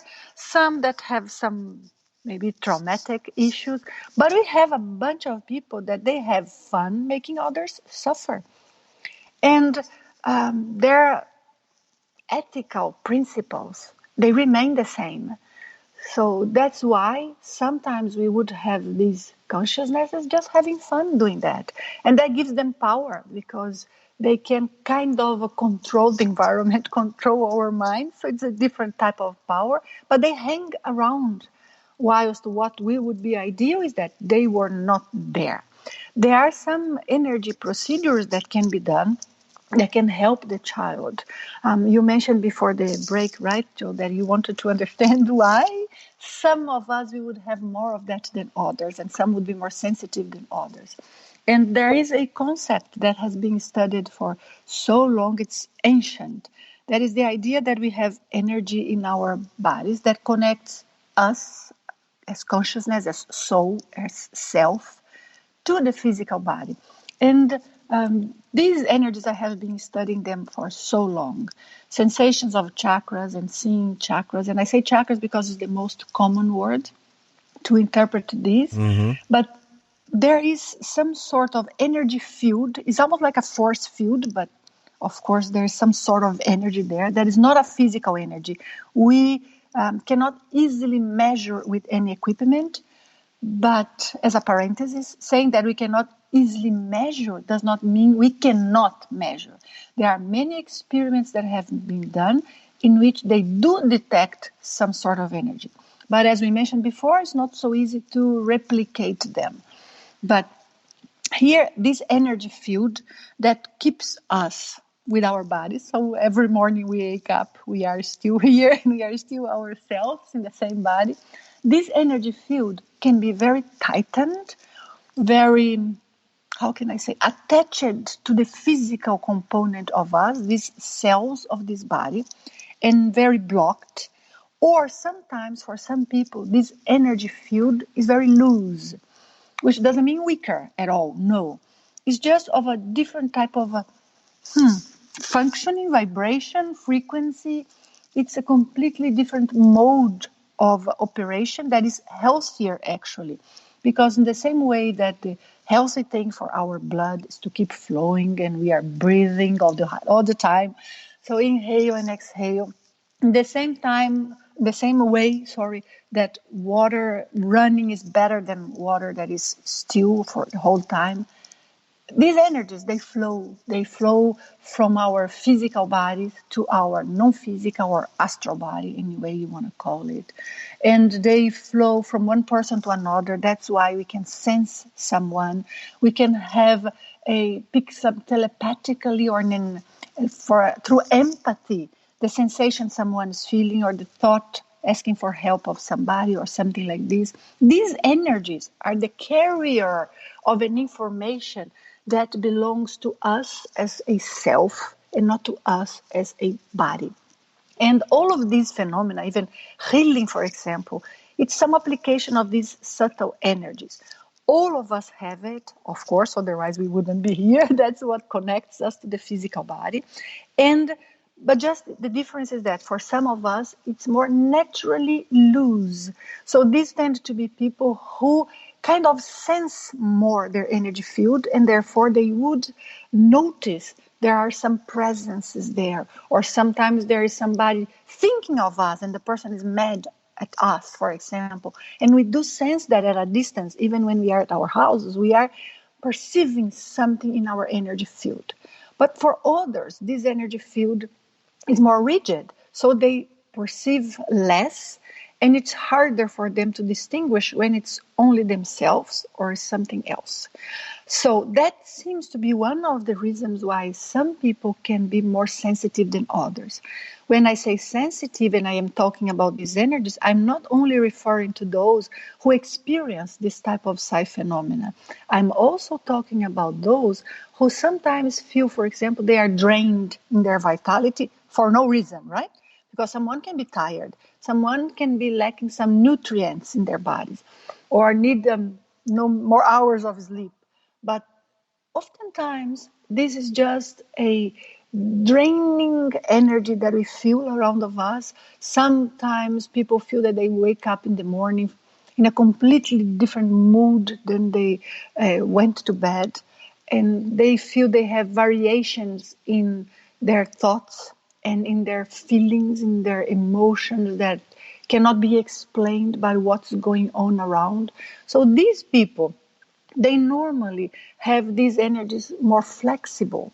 So even though they do not necessarily have one out-of-body experience, they may have other indicators of that. Because of this, we can learn to control these energies, to master them, not to make them stuck, because that's not what we want. We want to be more and more lucid and conscious of the reality around of us. For me, if there is some sort of spiritual evolution, it has got to be that we see more, we understand more, we can handle more, we can spread more stability and balance where sometimes there is chaos. So there's got to be that what evolution is.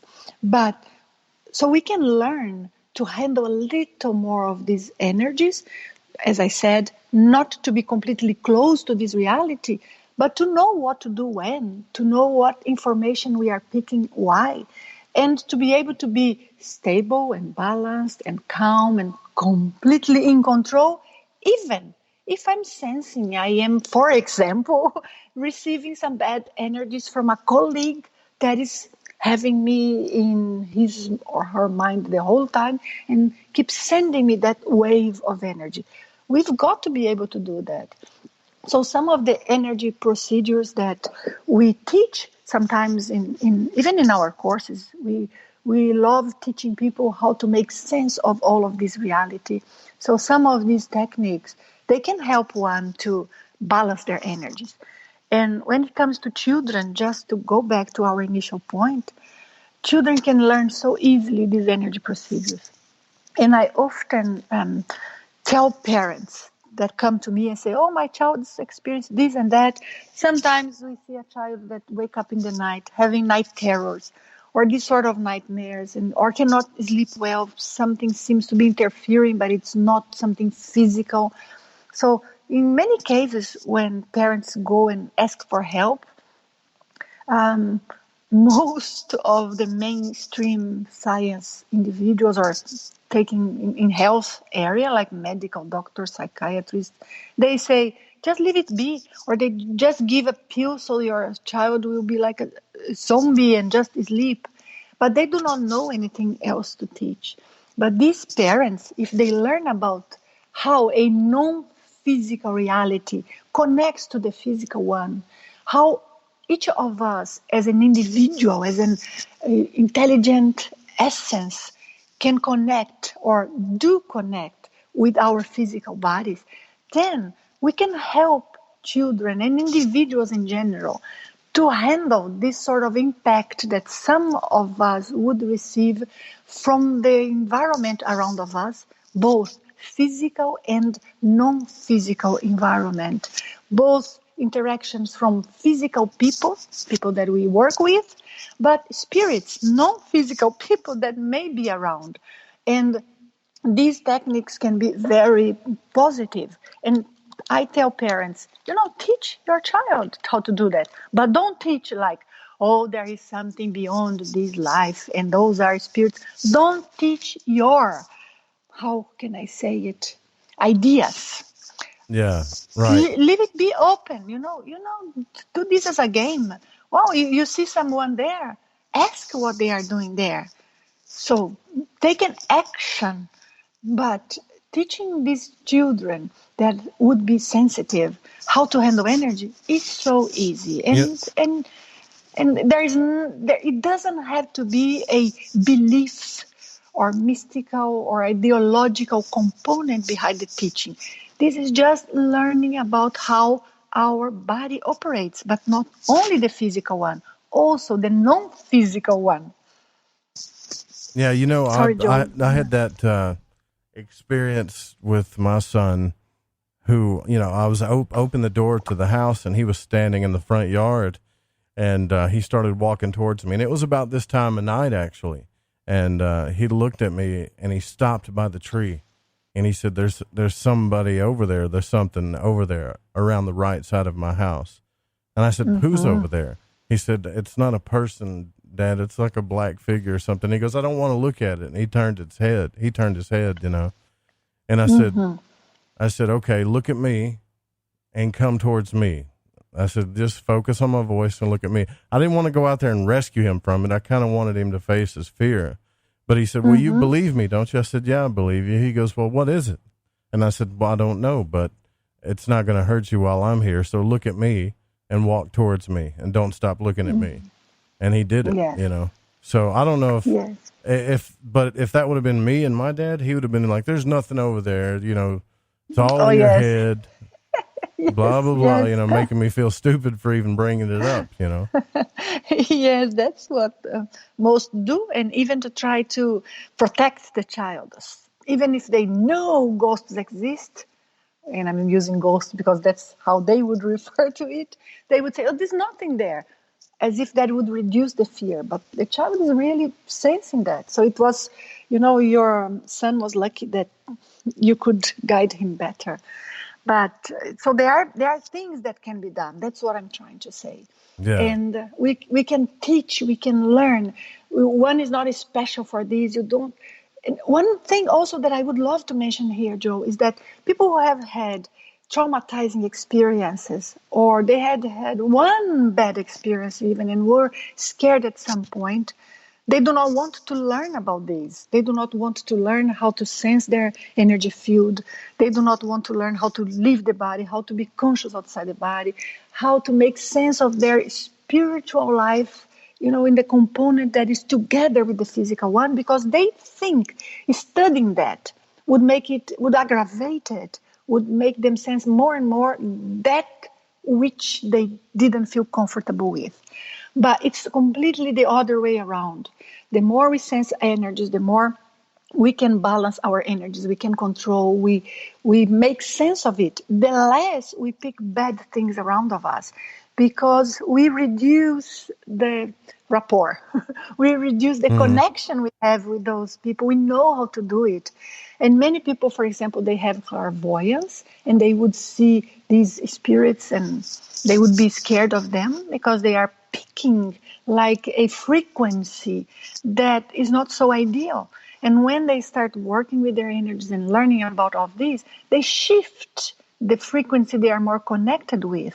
So many times they see much less, but when they see it's something more balanced. And then with time, we are able to control how much we want to see and what different,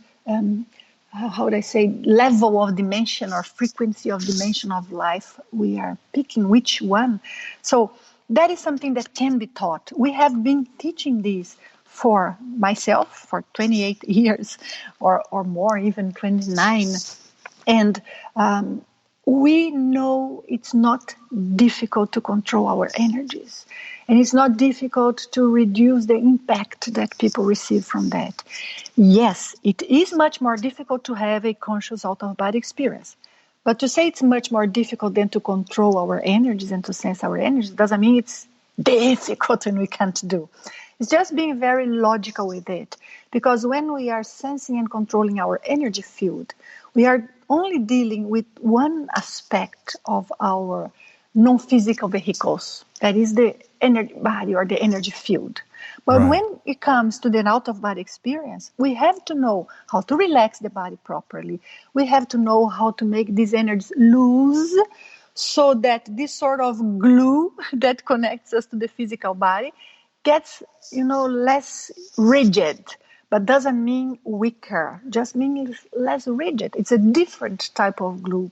But then we also have to learn how to control our awareness outside the body, to control our attention, so we don't just start dreaming in the middle of the experience. Yeah, or go right back to the body because you become amazed at Exactly. something, Excited about something or surprised about something, and you just snap back. So there's so much that we have to control and learn. And sometimes the sensations of the disconnection from the body can be so clear, not fearful, but one may get, uncomfortable because of not knowing exactly how they operate. Some of the vibrations we feel inside of our bodies that we call vibrational state can be so intense that a person that doesn't know about that may think there is something wrong whilst there is nothing wrong. So some of these aspects that we have to control to be able to have a conscious out-of-body experience can make it more challenging for some of us than for others. We are all different. But learning to sense our energies, to balance, to cleanse it, it's so much simpler. Sorry, Joe. No, it's fine. I understand I totally get what you're saying. And I think that you guys offer, but I want to get into some deeper questions about what happened with me and some stuff about Robert Monroe, but you guys do offer those types of teachings or help with that, don't you? Yes, we do. We have many different courses, especially at the International Academy of Consciousness, which I am one of the directors and I am a founder of this organization. So that comes from many decades. And the other organization we have, it's more for technology, but technology that tries to help us with energy. But I think what really helps us is our mind. It's our minds, our understanding, it's our capacity to control all of this.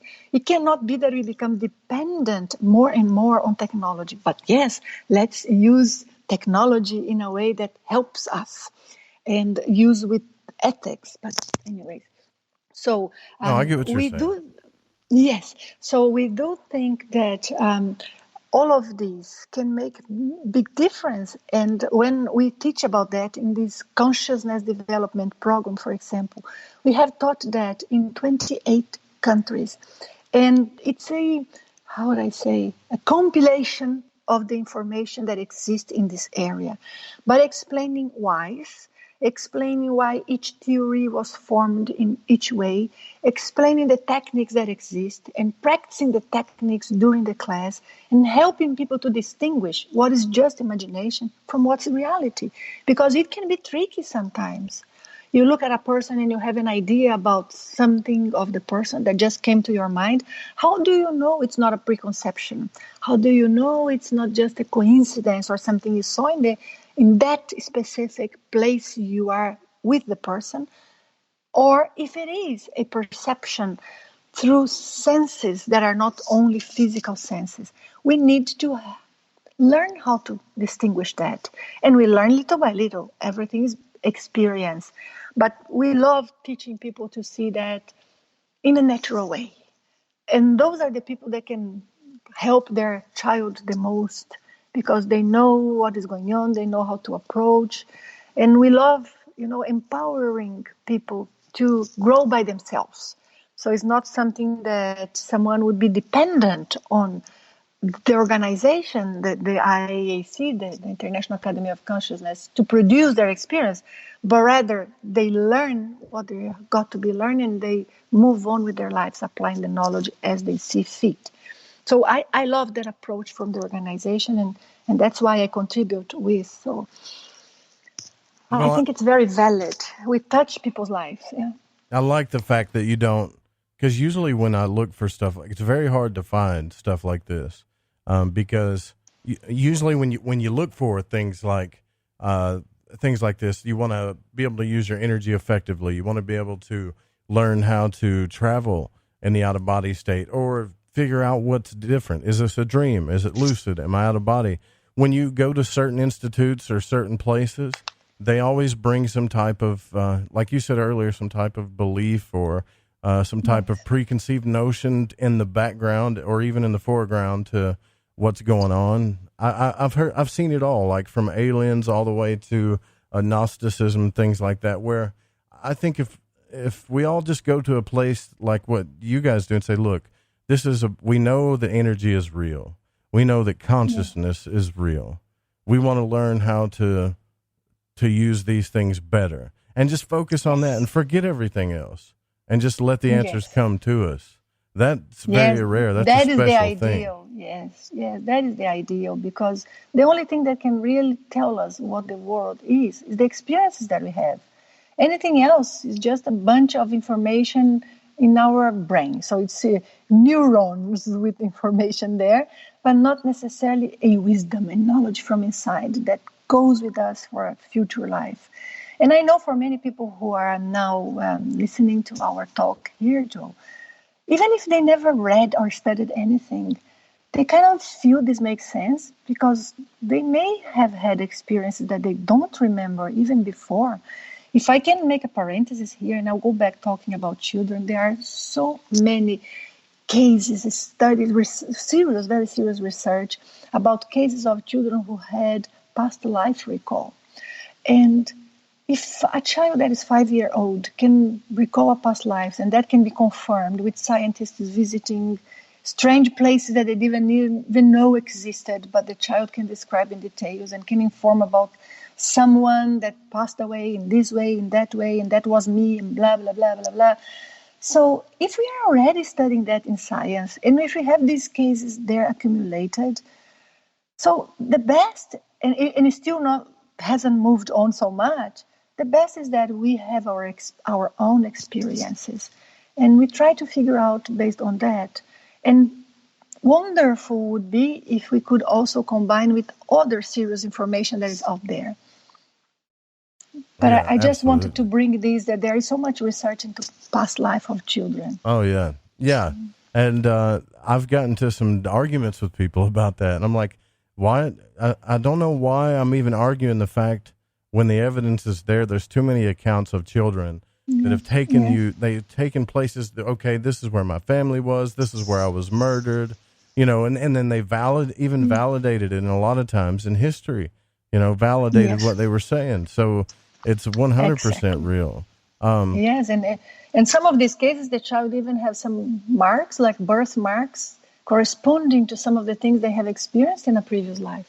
Not all cases, but some. So, in my family, that you bring that up, in my family, there are 6 or 7 of us that all have a birthmark right where our liver is. I mean, where. And I started looking at that, and I remember my aunt saying that she had a dream that she got stabbed there with a sword or something, and then I had a dream about that. And I was like, why do we all have that? Like, we all have it in the same spot. It's really weird. Oh, that's very improbable, Yeah, very improbable, and especially followed by this sort of a dream or experience. But do we, and that's another thing too, do we travel together? Like Michael Newton's book, The Hypnotist, that had so many clients that he would take people under, and it was The Journey of Souls. I don't know if you're familiar with that. But yes, I am. But what I'm trying to get through to people is I've had a lot of dreams, Nanci, and lucid dreams. When I read those books from Monroe and William Buellman, and I had that one experience, I'm trying to explain how real and how different it was, that when after the vibrations in the body that you speak about happened, I just let it happen. And I sat up on the couch and I said, well, it was worth a try, right? I'm going to keep trying. Didn't happen. Nothing changed in my vision. In fact, nothing changed at all until I turned around and saw myself. That's how real it was. Wow. That's super interesting. And did you move further, or you just Yeah, came I back went to your outside. body? I went outside. I was reading this book called Dream Yoga, where they would practice. They wanted you to practice like flying, and I'm like, what? So I'd read this book, and it would tell you, go outside and try to fly. I know it sounds crazy, but try to fly, even though you can't. And it just registered in my subconscious. After that happened, I'm outside now. I want to fly. So how do I get to that tree? And I didn't really. It was really cool because I didn't fly to the tree. I understand what Robert Monroe was talking about when he said I stretched and pulled myself. I pulled myself towards the tree. It was really strange how it felt. And everything was so vivid, Yeah. And what happened next was I was like, okay, this is really it. This is really it. Calm down. Try to stay here as much as you can. And then I said, you know what? Forget it. I'm going to go to space. And I tried to shoot off and go to space because I thought I'll never get this experience again. And I hit nothing but blackness and static and everything, and then went back to my body. Oh, I see. So you were not able to move further from that point. I see. Nope, but it was definitely real. Yes. I can hear what you are saying, and that's a very interesting case and very interesting example. Lovely. And so many people, they do have experiences in which they travel like to outer space. It's more common than we think. But sometimes when we try and do that consciously, we have some sort of conditioning that makes it harder, because we are always, with the problem of gravity in our physical world.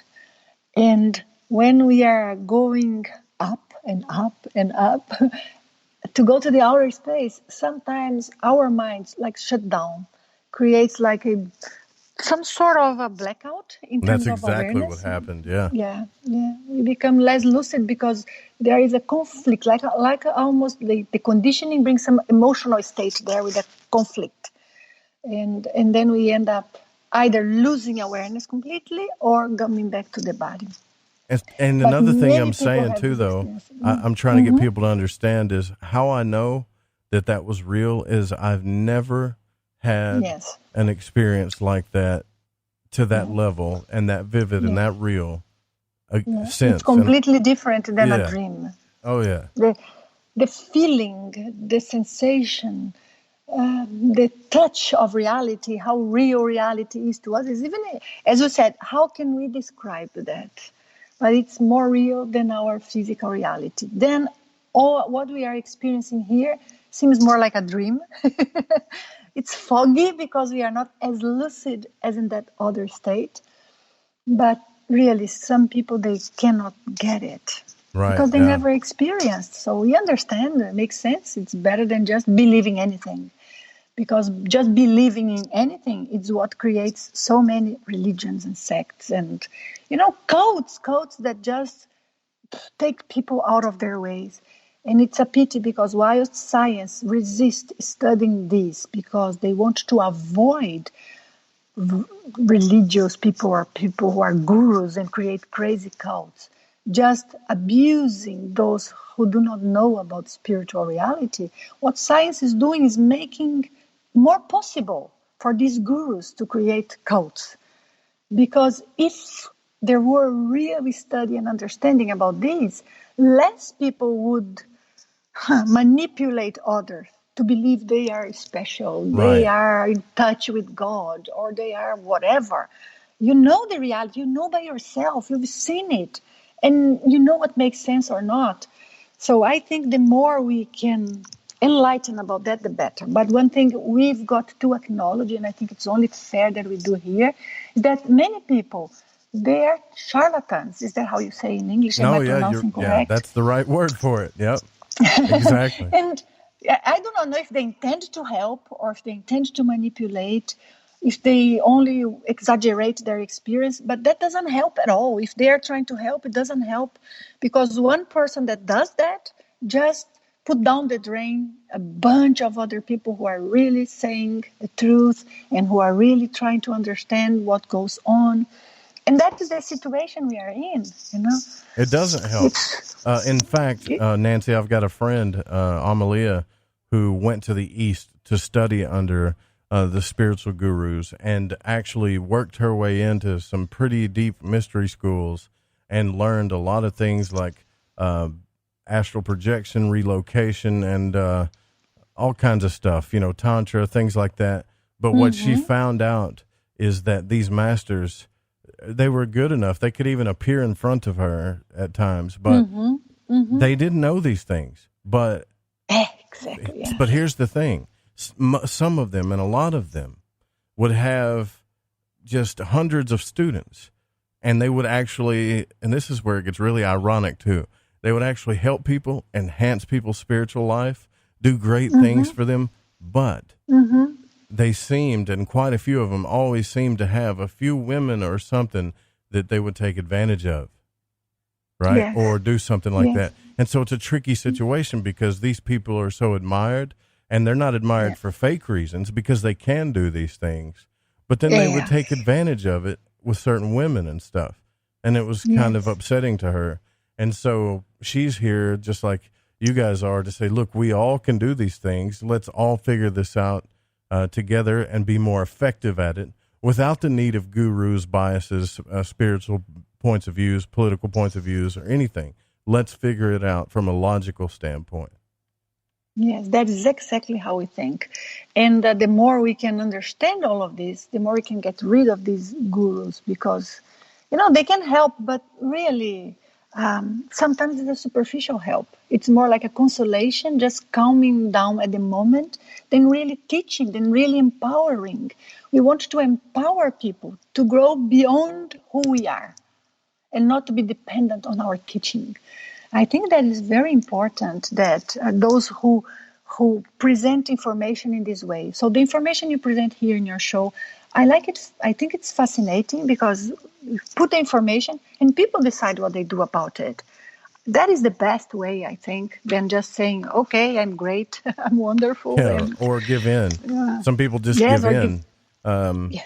Like, for example, and I found this too, once they say, you know, I left religion because it didn't make sense. And then I did this and it didn't make sense. And then they stopped asking the questions that didn't make sense. So they ended up, you know, in some type of alien belief or some type of other cultish belief because they just got tired of not getting the answers, right? And I said, I understand, but I think that's where the real work needs to happen. When you stop asking questions, that's when you've given up. When you assume to know everything, that's when you've given up. You know, so Yes. And I think anybody that we talk to and they say, oh, I know everything. Oh, I know the reality. Oh, I can see everything. Oh, I'm seeing who is there with you. Oh, I know what you have to do. Oh, I'm receiving a message. You have to do this or that. Right. For me, that's a flag. You know, that raises a flag. And not only now that I studied for so many decades, all of this, but even when I was young, I couldn't take that. But some people, you know, they are, how would I say, more susceptible to this. They are looking for answers. They do not know better, and they just trust.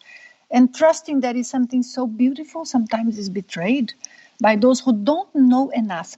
I want to say something here, Joe, that I think it's important that all of us think about. In my opinion, we need more people studying all of this. I respect all approaches. I think, you know, we need diversity, but we also need people who seriously study the information. Because internet, YouTube, all of that have made so popular the capacity for anybody to go and teach anything. So I see sometimes people who just read others' experience or who just had a few experiences and they go and they teach as experts. But sometimes I see them teaching wrong. So anyone, if you are going to teach how to heal some sort of infection, you've got to have a degree for that. You have to study many years. You have to be a medical doctor for that. You know, for you to diagnose someone, for you to be able to do an operation, an open heart operation. But when it comes to studying the non-physical reality, people think that anyone can teach equally. And I think there are many people great. They didn't take any courses. They not necessarily wrote any book. They only had experiences, and they are brilliant in the way they approach, in the way they help others, in the way they pass along the information.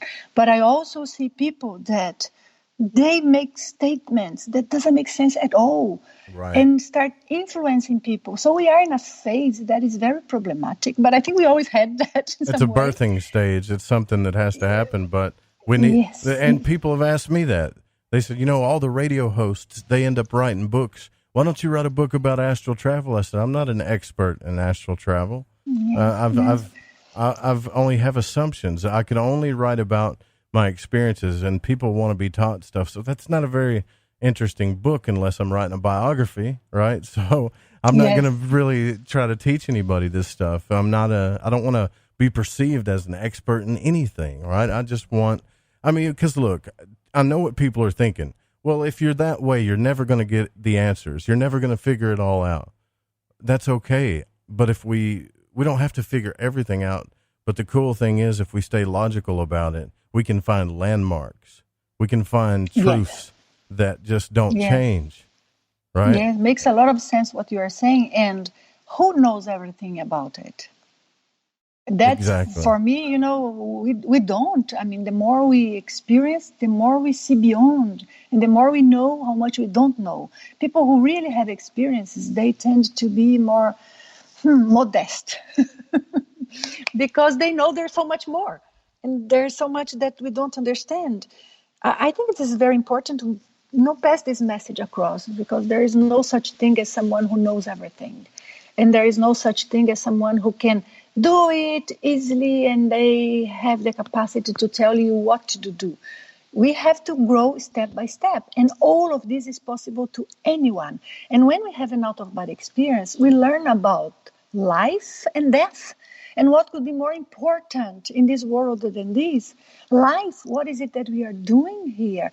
Why do we have now a physical body? How do we manage to be attached to this body? Why do we have this family around? Why do I like and have so good relationship with this person, but someone else I dislike immediately? And when we go ahead, pass over, so what is it? Where do we go? And why? And what determines that? So there are so many things for us to understand, and there is not one answer that is, this person is determining it. It's not the person determining it. It's how things work. So it's very nice to understand all of this, to get some answers. And some people, they have a feeling inside of themselves that there's something they've got to do. There's something that they would like to accomplish, and they don't not know what. And society tells us what, right? Oh, you have to be successful. Oh, you have to be very known. Oh, you have to be a celebrity. Or, oh, you have to have a family. Oh, and all of that is great, but what is great for a person is not for the other. So how can we be more in touch with ourselves? How can we put meaning to our lives? And I think knowing about the reality that goes beyond just the physical life gives meaning to our lives, because we know we are going to continue existing. We know what we are doing now is going to matter at some point later. And that's not to make us, like hula balula. Right. On the contrary, it's to bring us down to earth. It's to increase our vision and makes us, in a way, more modest with how much we don't know, but wiser with what we know. So I love this approach. And there are so many experiences, like people who have sleep paralysis. Yeah. So many people often experience sleep paralysis. And are afraid of that. And don't try to understand what it is, right? Sleep paralysis. If I get to that state and I'm still awake and aware, I'm happy, right? Because when I started learning this, I learned that that's the time. That's where the magic happens, right? So you just need to relax, let it happen. But others have told me where they've seen entities that, come to their bed or There's like this old hag. They call it the old hag, which is an awful term, but there's a common thought forms that people see. So, earlier I was talking about just before, like landmarks, right? We can find these landmarks. Do you feel like in all of the research, and not just with your institute, but with other places, that we have come to the landmark that there is more than the physical body? Have we at least got to that point? It depends what sort of a part of society we are talking about. Because if we talk about mainstream science, I don't think so, no. But I do think we got to a point in which we have to be heard. That, I think, it's a landmark, because there are many scientific publications dedicated to this. We have, for example, a journal that we call Journal of Consciousness, and many scientists publish about how to understand this connection between the physical and non-physical world. So I think in that aspect, we did reach a landmark, because I can go to some places and say, oh, I study non-ordinary phenomena. But what is a non-ordinary phenomena for some people? Out of our experience, is too much of a stretch. Right. But maybe telepathy they would accept. So we have to kind of still balance out a lot what we say, where we say. But we have, for example, we do hold conferences that scientists from all over the world come to debate and discuss. And we have physicists, we have people who are into physics, quantum physics, people, brilliant people. And they all come and discuss this based on what they experience, based on some evidence, based on research that had been done. For me, that is a landmark, that there are some scientific events about that. Okay. But when you look at the crowd, it's still only those who are open-minded enough. The aspiration we have at our organization, especially the International Academy of Consciousness, because we are a non-profit, we dedicated to study all of that, but our aspiration is that we could have a landmark that is at least to put a question mark into the mainstream science, that people would at least say, maybe there's something here that we've got to look into it. Perhaps that is a possibility. For us, that would be a huge, wonderful landmark. Well, let me ask you a question that you you've never been asked this before, I'm sure, but it will tell me if we have reached that landmark. The TED Talk that you did, right? Yes. Did you apply to do that talk to speak to people, or did they ask you to come speak? I was invited by someone who used to know our work. So there are people open to put that ahead. But on the other hand, we know that people in the TED Talk, many times they ban any talk that, comes close to discussing anything like that. But they asked you to come speak. So that means they did. That means that they're considering it. Yes, I think so. And I think we have a platform for that nowadays. And internet, even though I put a criticism here that people go and they say anything, and sometimes what they are saying is not correct, but it has helped so much because it created a platform for so many of us share our ideas.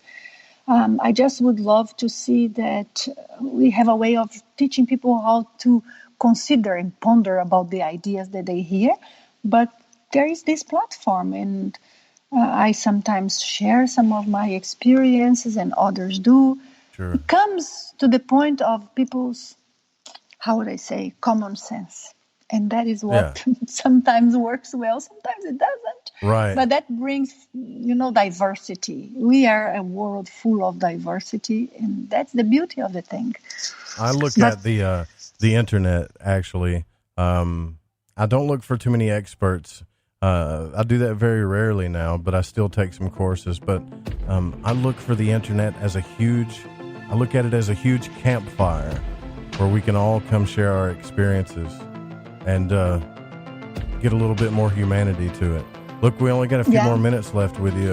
We got to take our last break here. Okay. We'll be right back.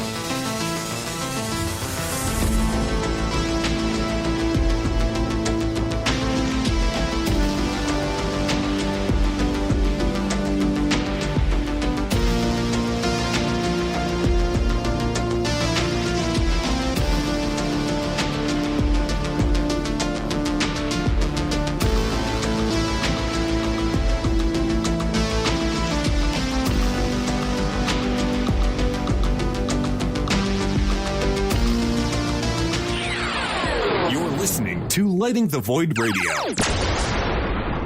A brand new internet television network is rocking the airwaves with a whole new genre, sci-fi, merging science and spirituality to give us answers to the greatest mysteries of creation.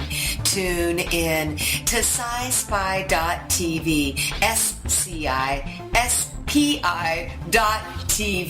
Discover progressive news shows hosted by best-selling authors, speakers, and experts in many fields. Right now, for only $5.55 a month, you will have access to over 20 brand new, never-before-seen shows with fascinating content and brand new revelations. Subscribe today to SciSpy.tv. That's SCISPI.tv.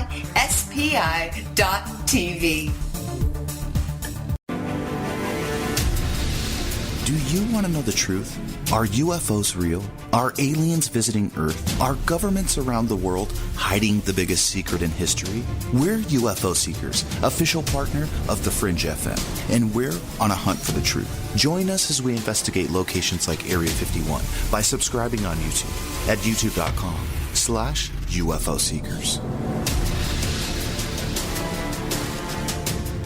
I like to listen to Lighting the Void because of the guests, the content, and the host, Joe Roop. He's smart, he's intelligent, and he seems to ask the questions that we all have on our mind. We're all searching for the truth, and Joe helps us get closer to it. I love this show. I love this show.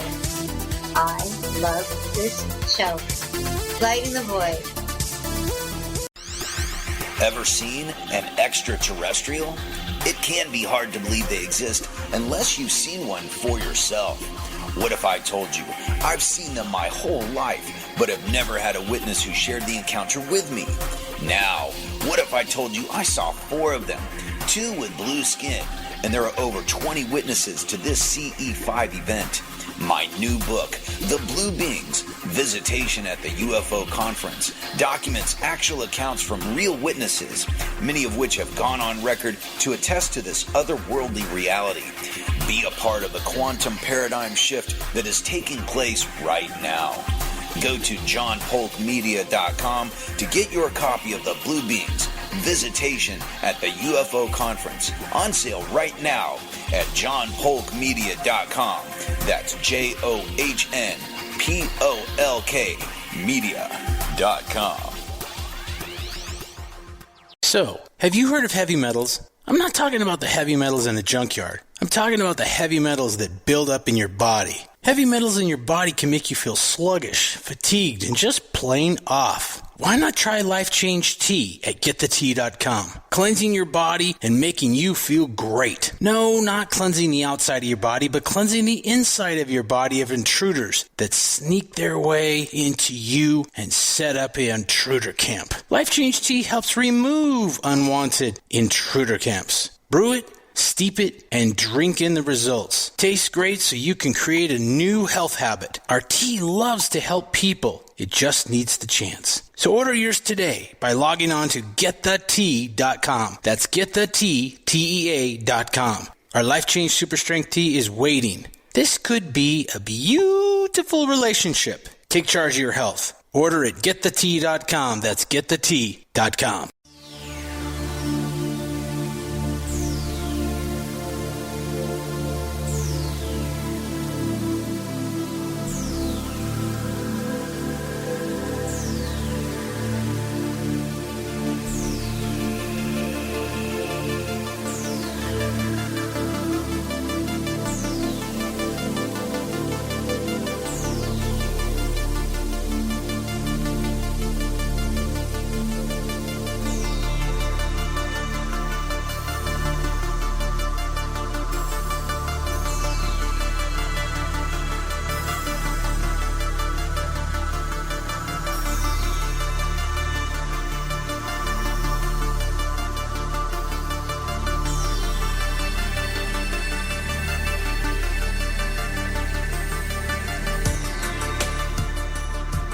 I have to say that I feel like that this conversation with Nanci Trivellato has gone just as far and as deep as I thought it would. And we're talking about somebody who, and I'm talking as if you're not right here, but we're talking about somebody who is looking at things logically, somebody that has a Master of Science degree, somebody that's not bringing any bias or preconceived notion or religion or ideas, that just wants to know the answers, wants to know what's going on with energy and consciousness, and what are the implications of it, and how can we better use it in our society to become a more effective race of beings. And I think it's a beautiful thing, Nanci. I really do. Wonderful. Thank you.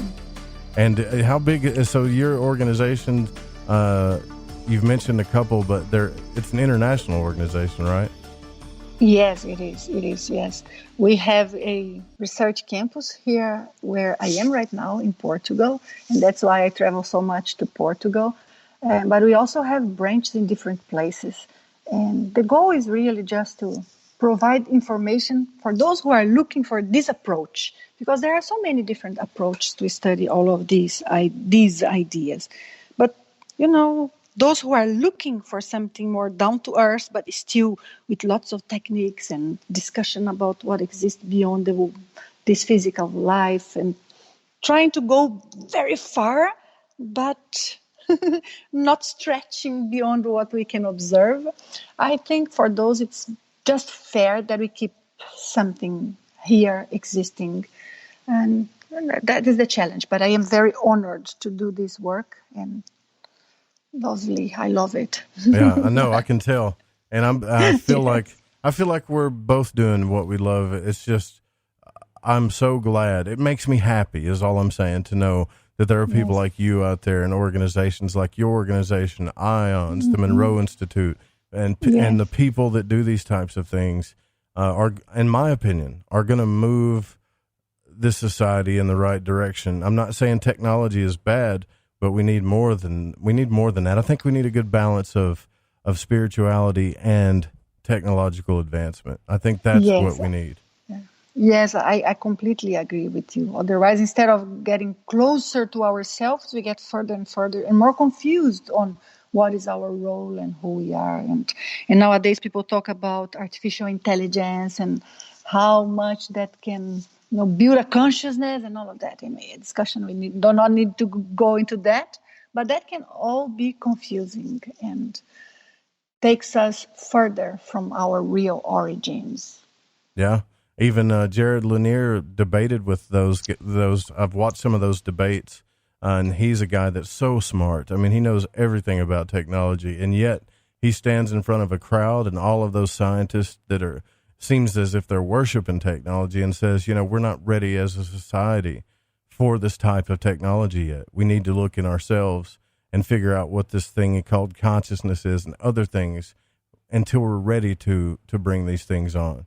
And I was so fascinated to hear him say that, because it made a lot of sense to me, that we need to be balanced about it. Yes, I totally agree with that. Yeah. My last question for you here for the night, and I know it's a pretty extensive one, but it's important to me. And I'm not assuming you have the answers, but maybe I'll find something. Mm-hmm. I think people are getting very tired of me bringing up Robert Monroe and William Buhlman, but I bring those guys up because my knowledge is limited in the books I've read about these things, but I do know this, that he represents a person that just started having these experiences. He wasn't trying to. He just started having experiences. And not only that, they became so easy for him that he could do it every night and learn different methods and write in his journal and figure out how to go through each dimension, or he even calls them locales. He doesn't assume they're dimensions. And went to places that we can only dream of. And then there's people like me that try everything in our power to have that one experience, and then we just want to go back and do it again. And then there are other people that cannot do it at all. What do you think is happening there? What's the difference? The difference for me is the type of energy connection that we have to our bodies. Some people naturally they disconnect more easily from the body, but also they manage to keep their awareness for longer. To a certain degree, if we could let our body sleep without falling asleep our mind, so without losing control of our perceptions, we would all experience our out-of-body experiences. But we kind of shut down before the brain does, if you understand what I mean. Oh, yeah, the body does. And we go night-night. Yes.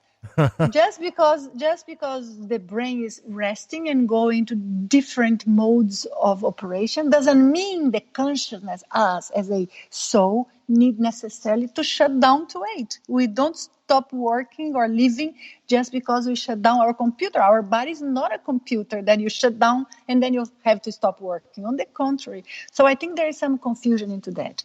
And the work I love about Robert Monroe is his first book. So for me, that is the best book because it's so genuine. He is not with ready answers, but he's searching and describing how he experienced things in a so frank way. It's so open. So I love that. And I see that tells us lots of examples of how it develops. So I love his work. There are other authors who also described that. And I think that has a lot of value to science. All of this work that describe from a point of view of a person, how they experience it, because it helps us put together what are the common points. But I think that the fact that makes one person have more experiences is also attached to the fact of their first experience. Because if our first experience or the first ones were more neutral, we tend to create in our minds a more open attitude towards that. But imagine somebody like yourself, Joe, that sensed things as a child, didn't understand them, and felt a little confused about that. So right now, rationally, you know it is there, you know it exists, you want to experience, but it creates some sort of automatic reaction.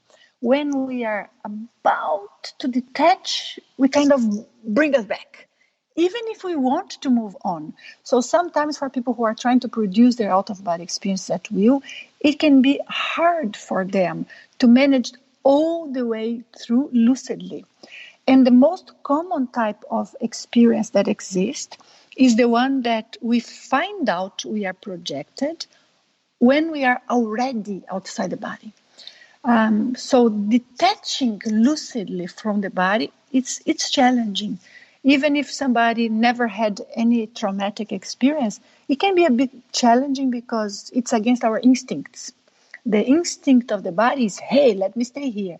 So someone has to be very open-minded and stable to go through that experience. But as you said, many people are trying very, very hard. One of the things that we are passionate about is how can we develop some sort of energetic connection to the body that is super strong, vitalized, give us self-defense, balance, but at the same time makes this connection flexible enough for us to experience what there is beyond the physical body and to have, for example, out-of-body experiences.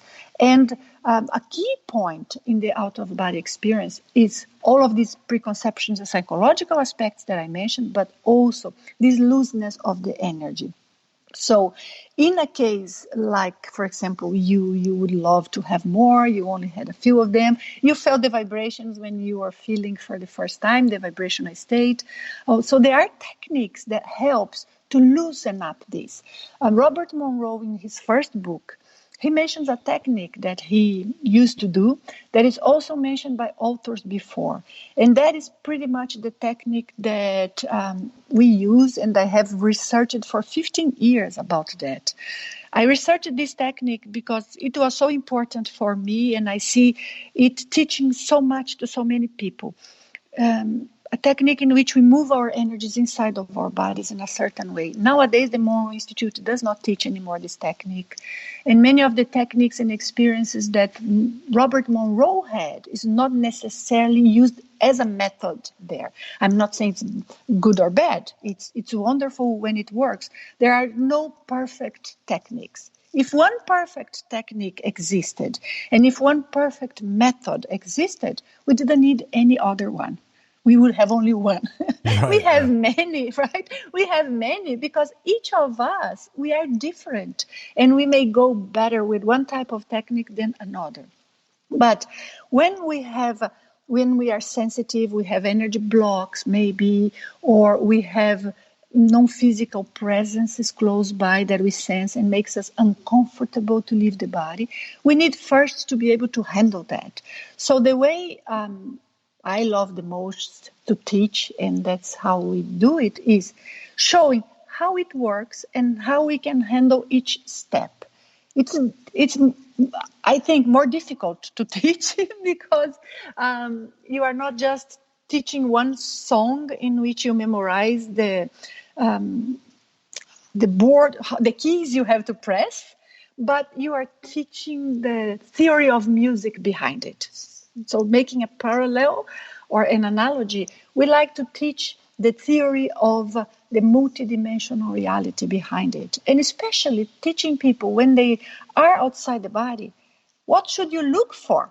Like when you said, oh, I knew I could fly. A small thing like that can be so key for the person to really be sure to have an experience and not be imagining, not be just something we create in our minds. So I love this book of Robert Monroe, had a nice influence on me because of the similarities with the experience that I have had. But you keep progressing, and this technique that he taught, I think, was one of the key things that he had to help him to have so many out-of-body experiences. I do know people who have great predisposition and manage to handle it more. One of the theories that I bring, and it's a theory, but I think it's a decent model, is that for those of us who have had more experiences in past lives, more out-of-body experiences, maybe we can handle this more easily now, and we can have more predisposition. But also some of us, those of us who had out-of-body experience without being accused, because, right. Even nowadays there is prejudice. You imagine in the past, we would have to hide that. It was a sin. It was dangerous. It was forbidden. He was even worried about telling people, like his company and on the board of his company. He's like, what's going to happen when this book comes out, But when it came absolutely. Out, a lot of people opened up to him and said, my wife's a psychic and this happened. And it's so funny that when somebody does make a statement, that everybody feels safer to talk about it. Yes, because nowadays, it's a little bit more open. But in the past, even though people would relate to that, they couldn't say because they would be burned or, put in jail or something like that. So we have to understand that some of us, we have had experiences even in past lives that makes us more predisposed to it. But others, there is some baggage behind the idea, even though we know it's real. So we have to get rid of all of that. But especially we have to understand how the world is when we are outside the body, how things operate. How do I move from one place to another? How do I know that's a real experience? How should I behave when I am there? And if I meet somebody, what should I do? Can I meet people that I know? Can I meet people that I don't know? Can I meet someone who is unbalanced and may have a strange behavior? Can I meet people who are more advanced than I am and more balanced with such greater energies? How do I rationalize all of that at the moment? How can I help people who are in need? How can I help a relative who passed away in a difficult situation, or I feel they are still hanging around in the house? How can we help those? Because some of these people who are between lives, it's just who they are. They don't care for anybody. As some people here in the physical world, they don't care for anybody, just their interests. But the majority, the great majority of people are good people. Maybe with the wrong, concepts in their minds or too much brainwashed, but people are genuinely good people. But many, when they are in between lives, they get very confused. So can we help them? So we like so much better the idea of understanding the world and understand how it operates. But I think those who have more predisposition for the experience are those who have their energy more loose, number one, so less strict energetic connection with the physical body. And those are the ones that had more sensitivity as a child or would experience sleep paralysis or sensations of floating, falling sensation when they are still awake, and so many of the vibrations. But we can learn the technique to do that. Didn't you write a book about that, right? The vibrational state?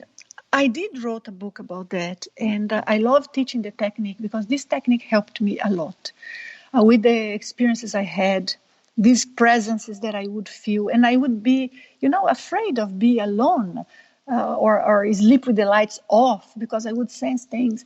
And when I learned this technique, and I tried many things before, but when I learned this technique, it was such a shift in my energy field, and I felt so much more in power with the technique. So there were moments in my life that I don't know how I would survive without that.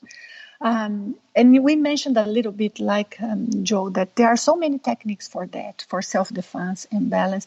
And I think most of them work. They were just use different methods to reach the same point.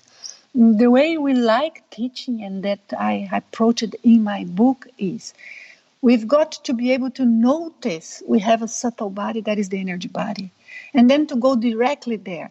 Because someone who is more positive thinking, normally they manage to have their energy more balanced. But what if we have a real, not positive person around of us and really contaminates us? Sometimes we need something stronger. We need something that goes more directly to the point. So I think different techniques are good in different moments. But this technique that Robert Monroe used to leave the body, that was moving the energies inside of his body, we teach that with many different purposes. So it's the self-defense, it's helping leave the body, it's also unblocking. So it's very interesting and helps many people. Well, if anyone is interested, I have a video about that. And the technique is an acronym. It's VELO, V-E-L-O. So it's the acronym for Voluntary Energetic Longitudinal Oscillation. It's this word, this expression is very descriptive of the technique. Robert Monroe used that, but I did a lot of research and I gave a lot of, different angles. Sharpened and included some aspects there that were not so well described at the time, simply because it was something that he naturally used. So, and I love teaching that because for me it was so important, made such a big change. We're going to get cut off here, Nancy. We got like 30 seconds. Yes. Okay, sorry. No. Absolutely. I'm totally with you. I want everybody to go check out what she's talking about. Go to NanciTrivellato.com, and that leads to her Facebook and her YouTube she just mentioned. Also go to the ConsciousTech.com. All of the notes will be in the show archives as well, and for the podcast. And thank you again so much for coming on. Like, this has really been truly a pleasure speaking with you. It was lovely, Joe. Thank you. All right, guys, we got to get out of here. Don't forget the Secret Teachings with Ryan Gable's coming up next. And that was a fascinating conversation. Tomorrow night, Walter Bosley will be on. Don't copy the show without written permission. Thanks to Pacho. Music by Chronox. Good night.